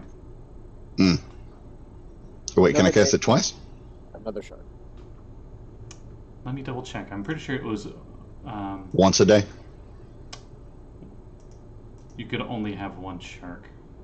It might be once a day. It would make more sense balancing wise to be once a day. All right. Buddy shark, doo doo doo doo doo, buddy shark. Oh, there went our audience by. Okay. Well, at least we're not worrying about bear puns. Yeah, you're able to use it unlimited number of times a day on one shark with the string. So you already tried one shark, so that's it. Unlimited amount of... On one shark. So basically, it's letting you keep the one shark as your charmed friend for that day. Yeah, because charm animal only lasts for like an hour, I think. That's like 10 minutes or something. Nothing lasts for an hour unless it's that summon. Animal friendship is 24 hours. Right. No concentration. Okay, so do I get as many attempts? I can cast it as many times in a day? You can cast it an unlimited amount of times, but you can only cast it on that shark once. So you can go to another shark and do it. Oh, okay, then yeah, I go for the second one. You can only have a total of one shark charmed by you with this, though. Right, but the first one didn't. Yep, okay, so the other one. Yes. They really don't want to be charmed by you. Oh. Sorry. It was a nat 17, then a nat 18. No worries. Okay. Well, that was just while you were hunting. So you get a bunch of food otherwise. Sekald's just practicing. Yeah. Gotta work on this. Gotta work on the flirting for the captain. So you're practicing on sharks? Makes more sense than humans. Look at those rows of teeth you have. I mean, come on. That's exactly what Sekald is. That dorsal fin. Never mind. I should say, is this part of the adventure we're going into part of what we're doing to get to level 3? Yeah, fun fact, you guys just got done with the first half. Sweet. This next part's the second half. Okay. To give you an idea how in-depth this adventure was. Also, you guys, the town's fairly in-depth, and you're doing a lot of stuff there. But, okay, so do you guys do anything else in town before you move on? Yeah. Okay. Just want to make sure. Not getting any other fancy foods. Let me double check if there's anything else in the city real quick while we're waiting for Abby. I got my cheese, I got my bread, I got my ale. I'm good. So what exactly is the plan here? Are we going to go and sneak up on the ship, or are we going to hide out and ambush them in the cove, or what is the... I think we're sneaking out there. I think we're going out there to find them, and we're going to deal with them out there. Because I don't think they're planning to come back here. I think the problem is we screwed up their safe house here, so now they're going to find a new safe house. So we have to find them and stop them before they find a new safe house. And they don't know that their safe house is compromised yet. Oh. So it's more of you guys acting before they do. Ooh. Where's my notes?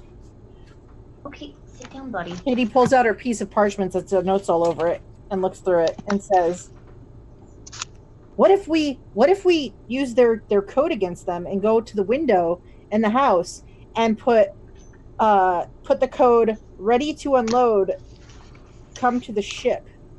I don't think that is No, that's the code that they send to the people in the house, I think.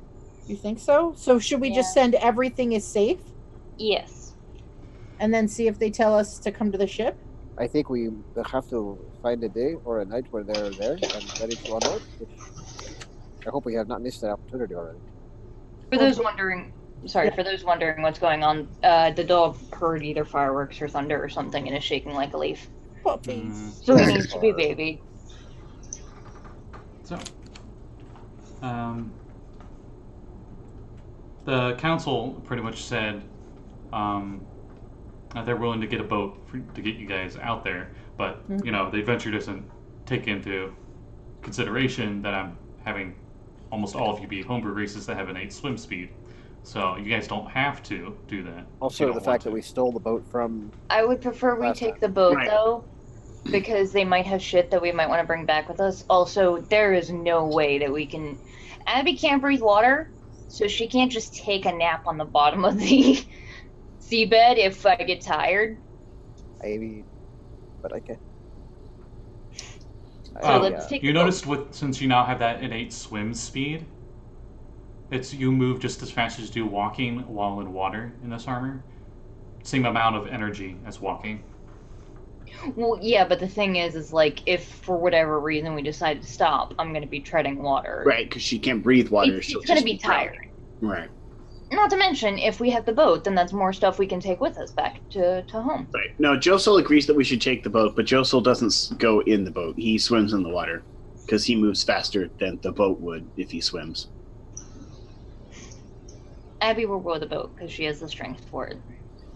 And Josul can just move underwater next to the boat and or behind the boat to give it There's some a extra good speed. chance she's actually faster in the boat because even with my swim speed, it's still only 25.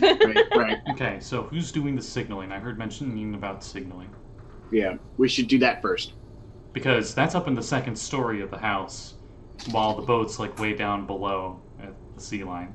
Yeah, she's fast. fastest. Okay. You guys know And we'll get the boat ready for her. But it's not like you'll signal them and they'll instantly teleport to you. You would have plenty of time to get back downstairs. Yeah. I'm just wondering who wants to do what task. Does anyone have a grappling hook or some other climbing equipment? You just get We it could from the have bought council. some. You just get it from the councilman. Okay. Any mundane item that it would be reasonable, you can just get for free for this mission. Yeah, I think just a set of climbing hooks. Okay. So. Or maybe Oh, go ahead. do you think, consulting with the crew, do we think that a hammer and python might be a reasonable thing to use to mount the side of a boat if they didn't have a rope handy? You know that there's usually Oh yeah, but those are in climbing. a climbing kit. There's usually spots on sides of boats to be able to climb up onto them. Right, but I want to not have to go up through to like on the main deck. I want to be able to like climb up part way and then go through a porthole or something.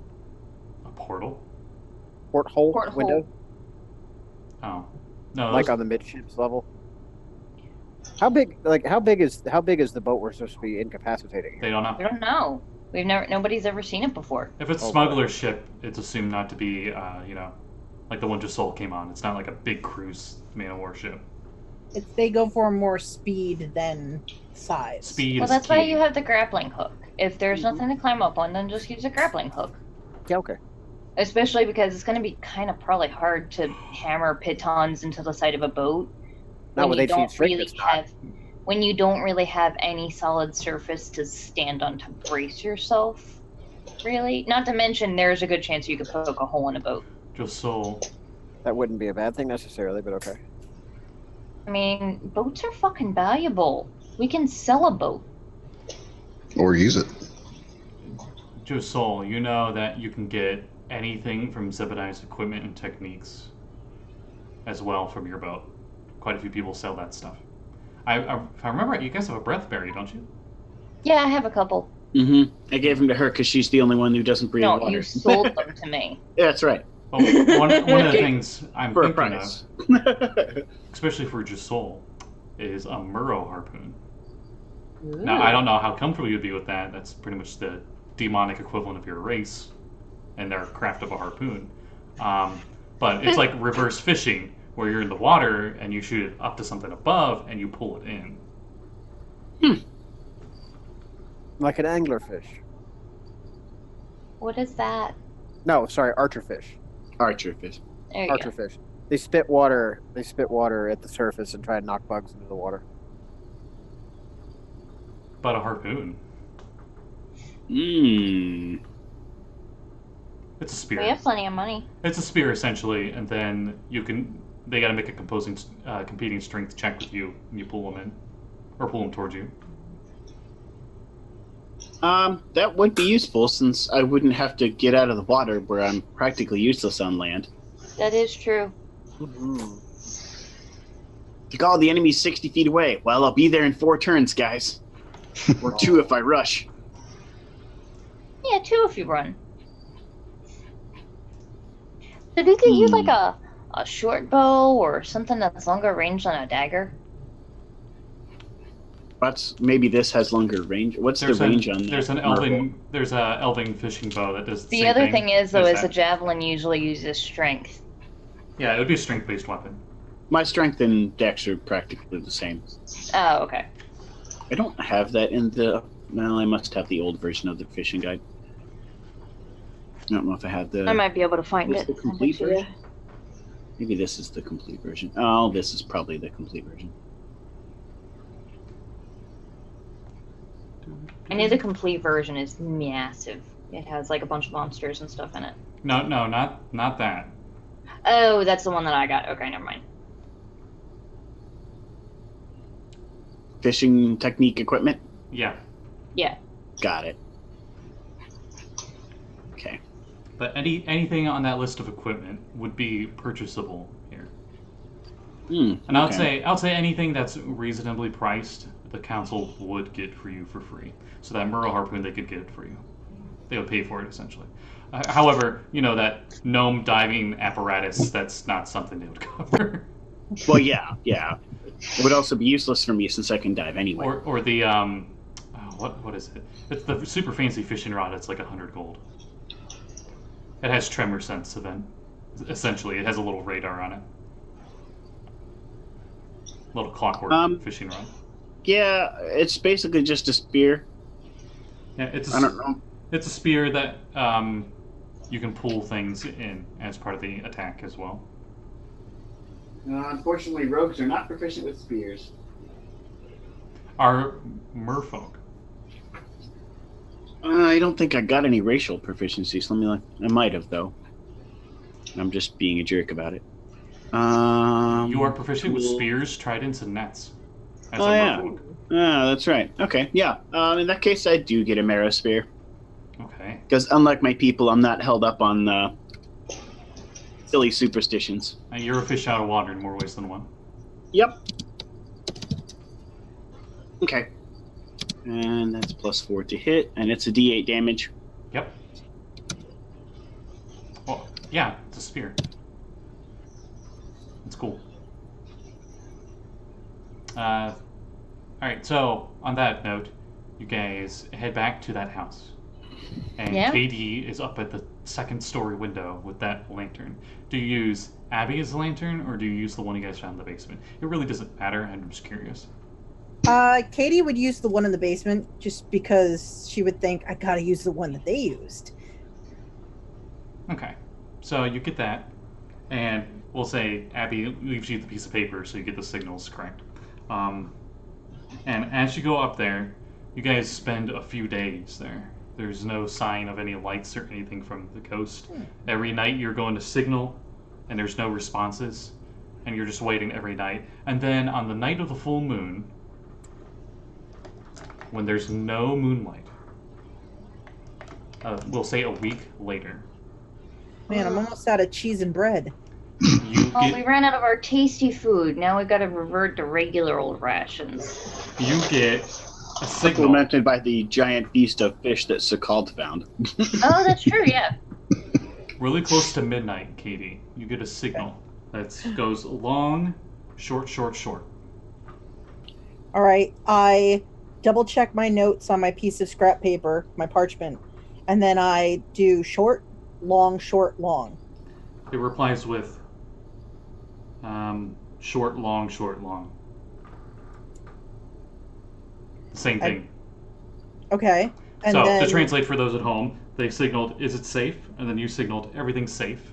And they signaled back, everything's safe. Okay. Okay, so they're safe too is pretty much what they're saying then. All right. Do I think I should do the ready to unload message to them?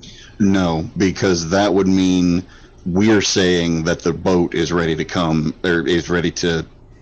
God damn it, this is recorded. Is ready to be unloaded. They need to send us that message, not the other way around. Okay. So I guess I would wait. They send long, long, long. There Like, you go. haha. I take the lantern out of the window as I noticed they didn't keep it there. And meanwhile, those of you down in the cave in the smuggler's tent will say it's high tide now, so most of that last room is filled with water where you got the boat anchored. Right. Do you have any gear on the boat at all? You got that boat Imagine back. most- It's the same boat as before. I imagine most of it's probably just in our backpacks and stuff. Okay. You do notice, just very briefly, because they've been doing enough and you guys are looking out there anyway, you see the light signals. They're really far out there. Like, in the boat, it's going to take minutes to get out there. Okay. It's fine. Most of the supplies that Josul has are that he bought and purchased and everything are in the boat with you guys. He remains in the water for the most part, where he feels obviously more comfortable. He keeps all of his clothes, armor, and weapons with him, but everything else is pretty much in the boat. I'd be spending those days while we're just sort of waiting to see what's happening, reading the handful of books we got. During that week that we were there, everyone that drinks alcohol enjoyed a bottle of fine spirits. Ooh. Nice. That Josul shared some with everyone, also noting that he shared some with you and drank most of it himself. It's probably like he pours you You think all this- a little bit in a cup and he keeps the bottle. Right, yeah. He gave everyone a shot and then drank the whole rest of the bottle of Jack. Just pretty much how it went. So during that time frame, while not needing to enjoy the drinks, Sekald would have been studying and practicing with the alchemical tools, and Do you attempt not. to use the stone? At one point, I would show, take just a pebble off the ground and tap the stone to it, turns it to gold, just to show them that it can be done.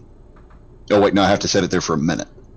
You set it there for a minute, and nothing happens. And then that's when you hear Katie's like, okay, there's the signal, we gotta go. The fuck? Prototype. Oh no, it only worked for a little while. We never used it. It still feels quite magical, and you are attuned to it. Not exactly. I may have misread something. Maybe it doesn't work on certain things. That too. He had a pile of gold on the table next to where he had the book. Indubitably, gold this coins. prototype. Exactly.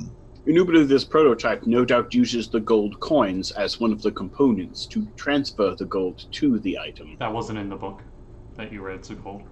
That's my guess, anyway. I'm not a wizard.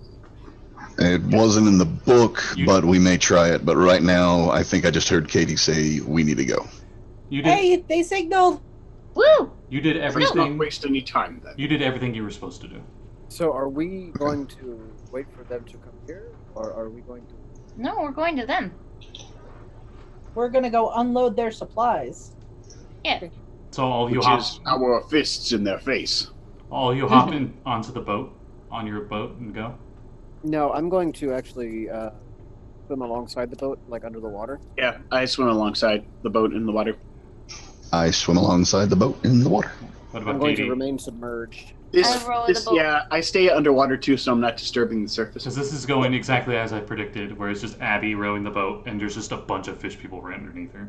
There's town guard in the boat too, though, right? Because they said they were coming along. Oh yeah, they're rowing. You're not doing anything. Oh, Abby. okay. I think Abby doesn't have to use any strength. She used to stay in the boat near the front, like, hello!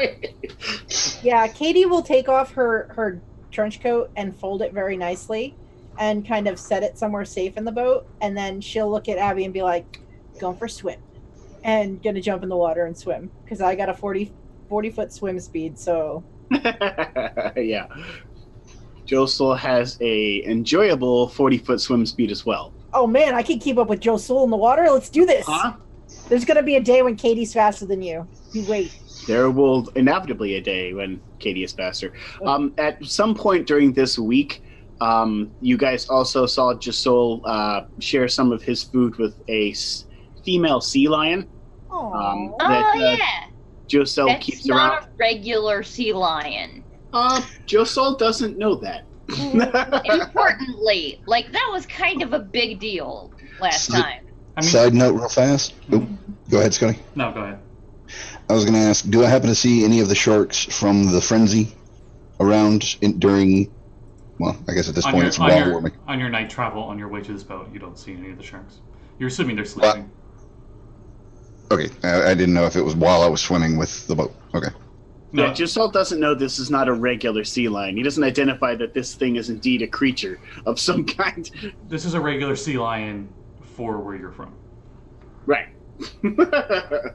He's like, oh, it's a sea lion, yay! And everyone else is like, what the fuck is that thing? Yeah. She's got such silky hair. Wait, what? There's a sea cat. Yeah, it's not a sea cat. It was just supposed to be. When I initially told Scott, I think I said it was just a regular sea lion.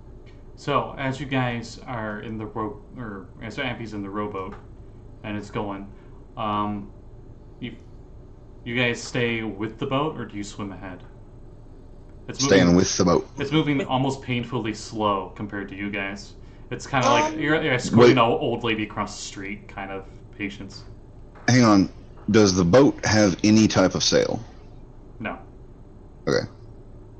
I knew some rowboats had a sail for some additional boost. So that's the sea lion I was imagining. Yeah, I don't think that's the one that Scotty showed us. Nope. I thought you mentioned the D&D one, and I'm sticking with it. Okay, no, that's perfectly fine. I like that. He was like, cute, innocent little seal. Aww. Fucking eats people. It's literally a monster, and I'm just like, oh, it's so cute. Feeding it jerky and keeping it as a pet. What was the name of Boomy's pet? Oh, Boomy. Oh, what was Boomy? Dang it. You're King Boomy. Yeah. No, I already picked a name. The sea lion's name is Borky. Nice. That's right, yeah. You guys get maybe 2/3 of the way there when you notice you can just start to make out the silhouette of this boat. Sekald, you can clearly, with dark vision, you can make out a bit more. It's a sailboat of some kind that you're heading towards. When all of you see coming up from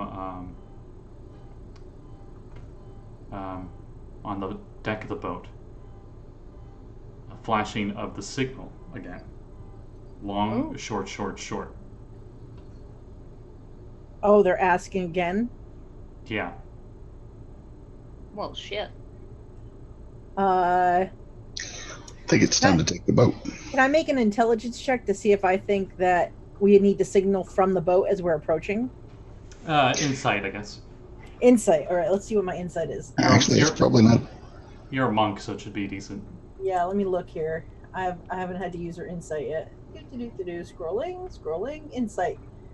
Well, I have a plus to it. I got an 11 total. Something's wrong. more on your guys' end, not theirs. Oh, okay. Like we did something wrong? You feel like maybe that piece of paper didn't reveal how the entire procedure exactly worked to the T. It just told you what the signals meant. I see. All right, so I'm going to swim to my companions in the water and let them know that I think that we missed a step and it wasn't our fault. And then I'm gonna climb up to get to the boat and Abby. As you go up to the boat, the guard's like, ah! As you just peer out of the water in the darkness where there's no light. I'm going to suggest that we swim ahead and try and get ahead on the boat. Hey, we screwed up. Well, yeah, but now what do we do to fix it? To give you an idea, we improvise. This boat was a league out from the coast, and you guys are 2/3 of a league out in the water. Yeah. So it would take you 10 minutes dash swimming to get back to the mansion. I think we just go. I think we do it too. Yeah. I think that we screwed up. I think that we're gonna swim ahead and you keep going. And then I'm gonna dunk back under the water. No, you guys can't do that. I'll never catch up to you. Abby, half of Abby's sentence is muffled as you go into the water. I will miss this encounter if you do this. I push the boat. I move half the speed you guys do. Can't I effectively pick up Abby and have her right on my back as I'm swimming towards the boat Didn't we do that when we originally went into the cave? Carrying her, you'd be going at half speed, which you are already, just staying with the rowboat. Gotcha. So it wouldn't really speed up anything. In that case, I help Josul push the boat. I'm just saying, you're doing you. I Push the can't boat stop at you. speed. Well, Group I'm not athletics planning- check. Yeah, I'm not planning to leave Abby in the boat behind, but I'm planning to get a little ways ahead to get a better look at the other boat. I assume you're not Okay. trying to stealth at all. You're being as loud as you can, trying to get there as fast as possible. Because I was scared you guys were like, Uh-oh. no, we're gonna get there, we're gonna start the fight. I'm like, I'm gonna miss the whole ass fight then. Well, then you might miss the fight. Okay. Stealth To check. do it stealthily, you would have to roll athletics at disadvantage because you're trying to be quiet. Athletics? Yes. Alright. Roll athletics. The two guards are also rolling. Since they're rowing. rolling stealth. Abby, you don't need to worry. You're not pushing the boat or rowing it. Athletics check of 13. Okay. I rolled double 18s, so my athletics check is a 24. Nice. Damn. I rolled, first one I rolled as an 18, which would have been a total of 21, and then the second one was a 16 for a total of 19. Okay. The boat is moving a lot faster now. Katie is swimming a little distance ahead. I rolled an 18 for stealth to kind of stay, below the surface and out of sight. I'm kind of playing forward scout if there's anything that might get us. As the guards are rowing, they kind of like loud whisper to you because it's still water and stuff. Even if you guys are being quiet, the ocean makes noise on its own. It's just Right. Yeah. you guys aren't splashing everywhere essentially. They ask you, Abby, which side of the boat are we going on? Are we just heading straight to it? Follow that. Are you leaving a wake on the water, Katie? Maybe a little bit of one. I'm not deep down. I'm just under the surface. I'd say I'm out follow of that sight. one. Follow that wake. So whichever way Katie is going. I think Katie would be going toward the back of the boat. You mean the aft? Yeah, the Stern. aft. The stern. You can go aft to the fore of a ship, but you can't go stern to the bow. Let me double Back check. as a direction is aft. Back as a portion is the stern. Oh, stern. Sorry. Yeah, I was looking in the wrong thing. My bad. As you... it had something in here about how the guards don't join you. I'm just trying to find out when they don't At join some you. point, we're on our own. Yeah. I assume they. Well, in that case, why did we bring them? To keep Row. the boat and row. I suppose. And they guard the boat, so when you guys get back, Yeah, so they don't sink our boat while we're trying to kill them Or steal it. and strand us. Now that you're close enough, Sekald, you notice that this smuggler ship is lying broadside to the coastline. The starboard side is facing the land. I will try my best to notify everybody without being too loud about that. You're underwater, and you just tell You everybody can in tell Auckland. them fine. Yeah. Okay. I don't know shit, but I can see it. The, Okay. wow, you guys posted a lot of images. Holy crap. I just opened Discord again. But the lights seem to be coming from the starboard quarter. And since Katie's trying to go around the back, that would be the port side. The side of the boat that's facing away from the land. The left side of this boat. Are you swimming like underneath the boat, or are you going around the boat? Katie. Since Katie's apparently leading the rowboat now. Katie would probably circle the boat if she can get there a little more quickly. She's literally just trying to see what we're up against. Okay. Sekald, since you have dark vision, and when you guys get fairly close on the port side of the boat, you can give me a perception check. Copy that.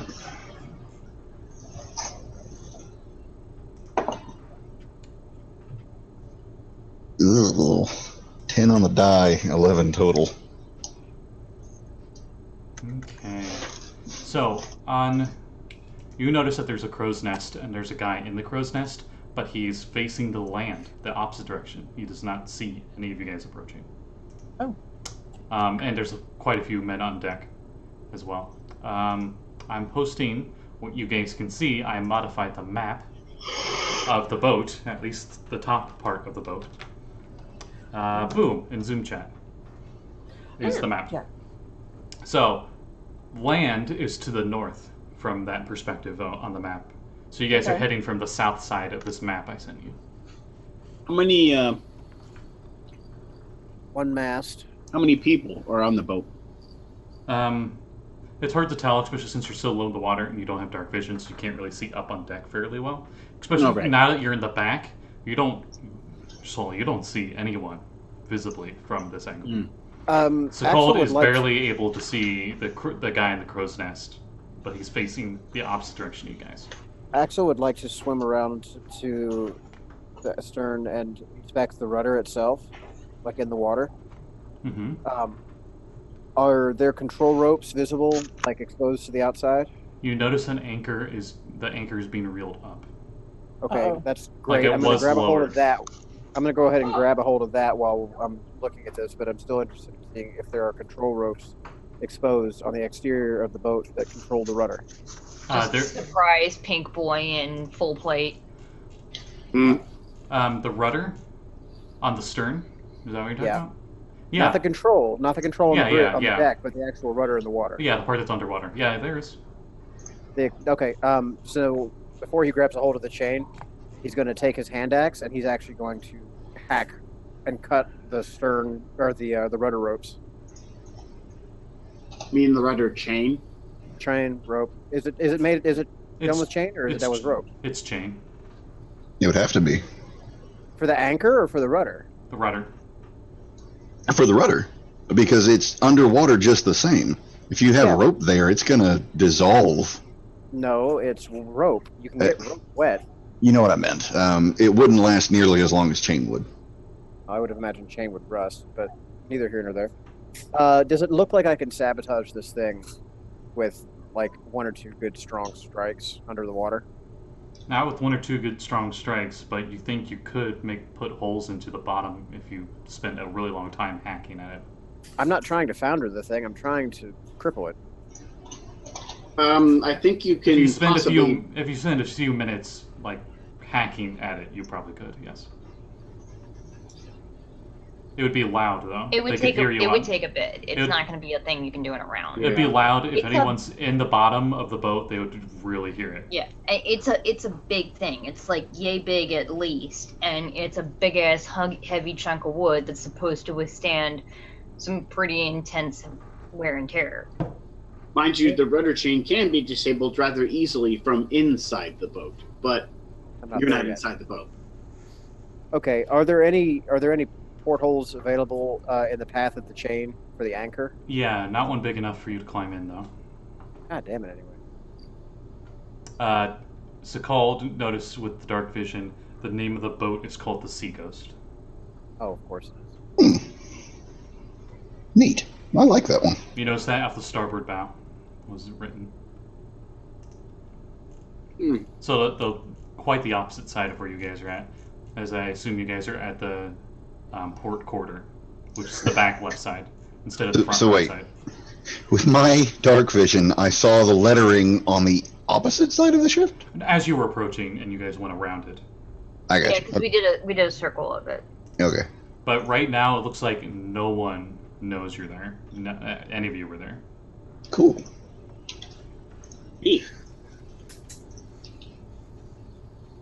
All right. Can I make a stealth check? Can I make a stealth check to try and throw up the grappling hook and try and catch the deck rail? Yeah, sure. Woo! All right. What's my bonus on that? Stealth bonus is +2, which gives me a 21. Okay.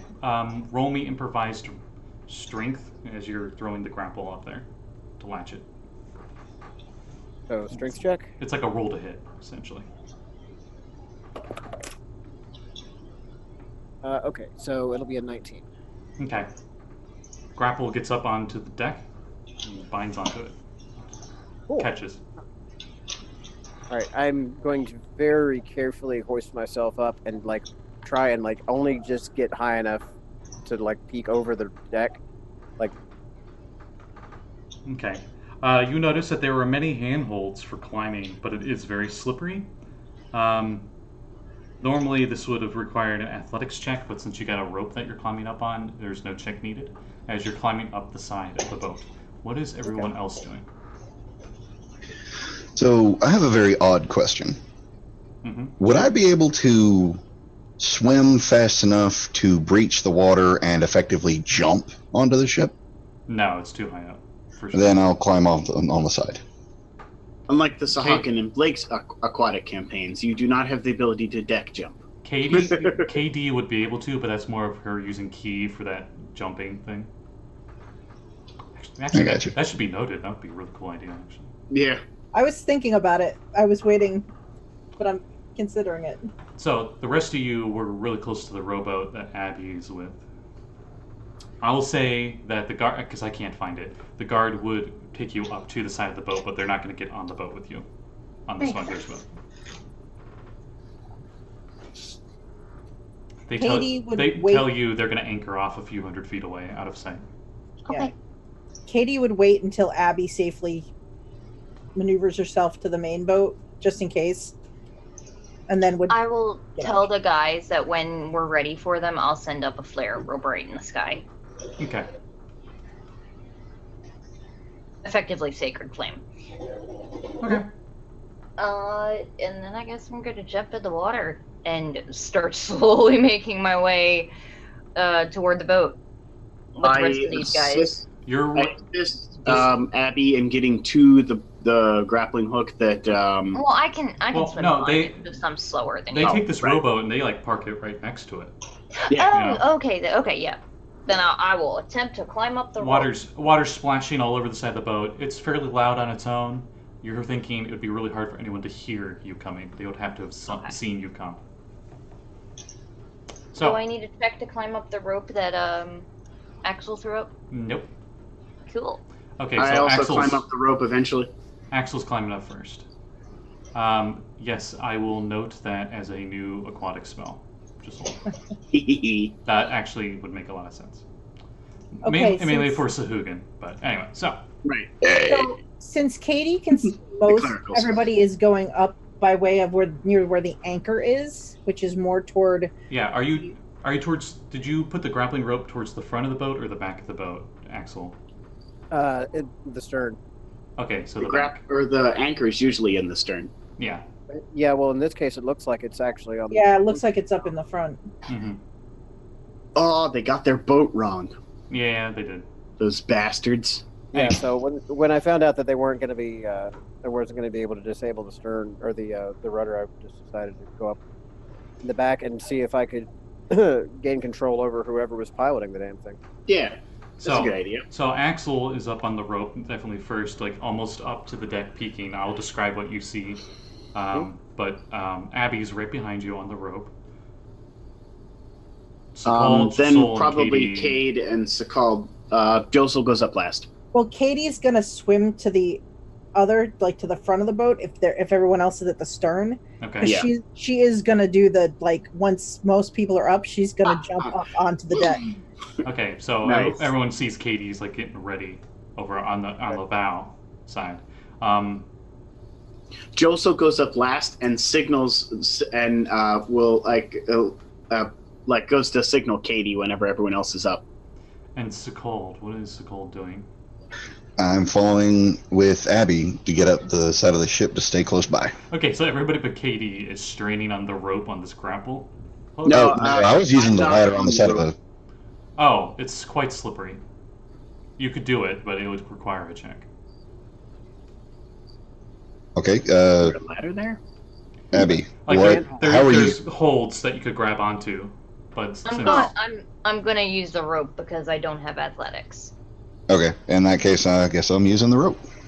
Okay, so 4 people on a rope. Well, we can go on one of those. I'm not on the rope yet. Okay, 3 people. I'm not on the rope. We can wait in the water until each of us gets up on deck, so it's not too much weight on the rope. Axel peeks. I just wanted to know where everyone's at as Axel's peeking up on deck. That's why I was. Yeah, Abby's probably still in the boat. Okay. waiting for him to get up there because I don't want him to be like, oh no, I just got up here. All of us are on the rope behind him and they just like cut the rope and drop all our asses back into the water. As you climb up to the poop deck, the tiller is the most predominant feature of this area. Rising from the deck, about 6 feet from the stern, and having a horizontal arm 6 feet long. Against this arm, on the starboard side and looking coastward, stands a human figure. Leaning on the starboard rail and looking towards the coast are 3 human figures. The one nearest to the stern holds something in his hand with a shutter level, occasionally adjusting it. That's what you see as you're peeking up There's 4 people at the back of the boat already. Oh, shit.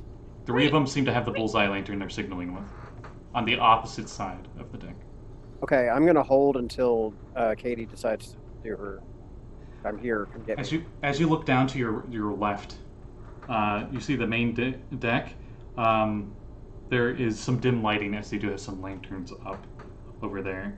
In the center, towards the mast, you see a jolly boat that is lashed onto the deck with ropes. Aloft the mast is a hatch to the below deck area. 2 human figures lean against the rail on the mid deck, staring towards the coast. Like, literally everyone's facing away from you guys. 6 people. Below the upper deck stands a vague outlines of doors. You can see some ladders that lead to the upper decks where you're currently hanging off of, and aloft the port side forward onto the starship. And then finally at the bow of the ship, since you're seeing everything on the top of the boat. Bow. Bow. Bow. I don't know why I said bow.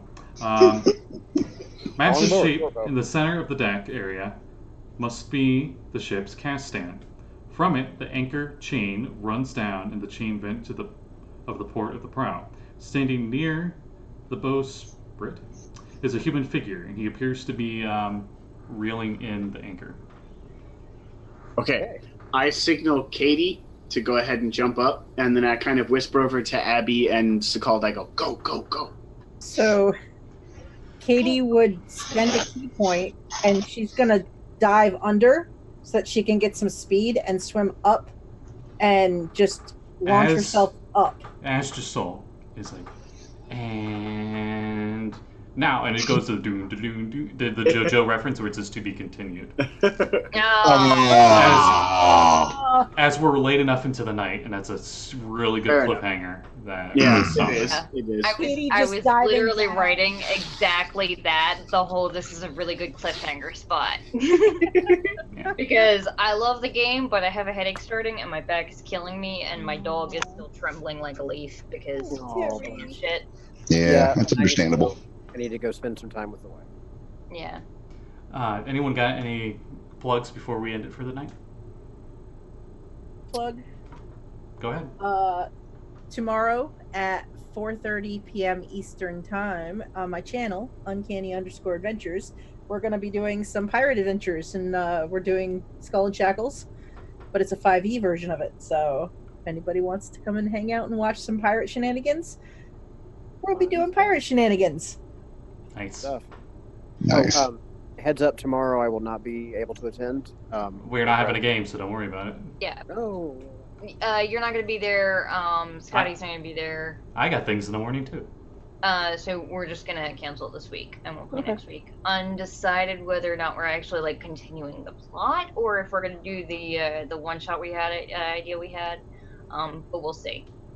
But next Friday is Retroverse, and I'm excited about that. And I definitely have all of the things planned.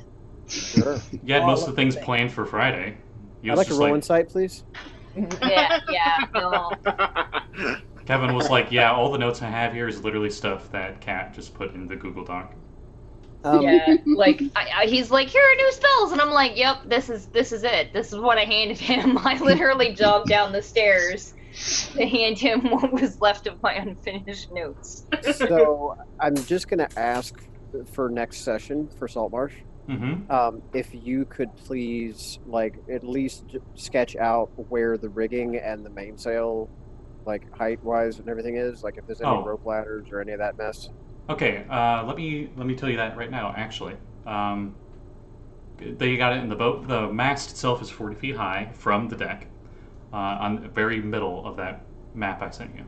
So it's on that main deck in the dead center. Yeah, of the boat. I see the And there's the rope, circle where the main mist would and go. there's the rope nets that you can just climb up there. There's no check required.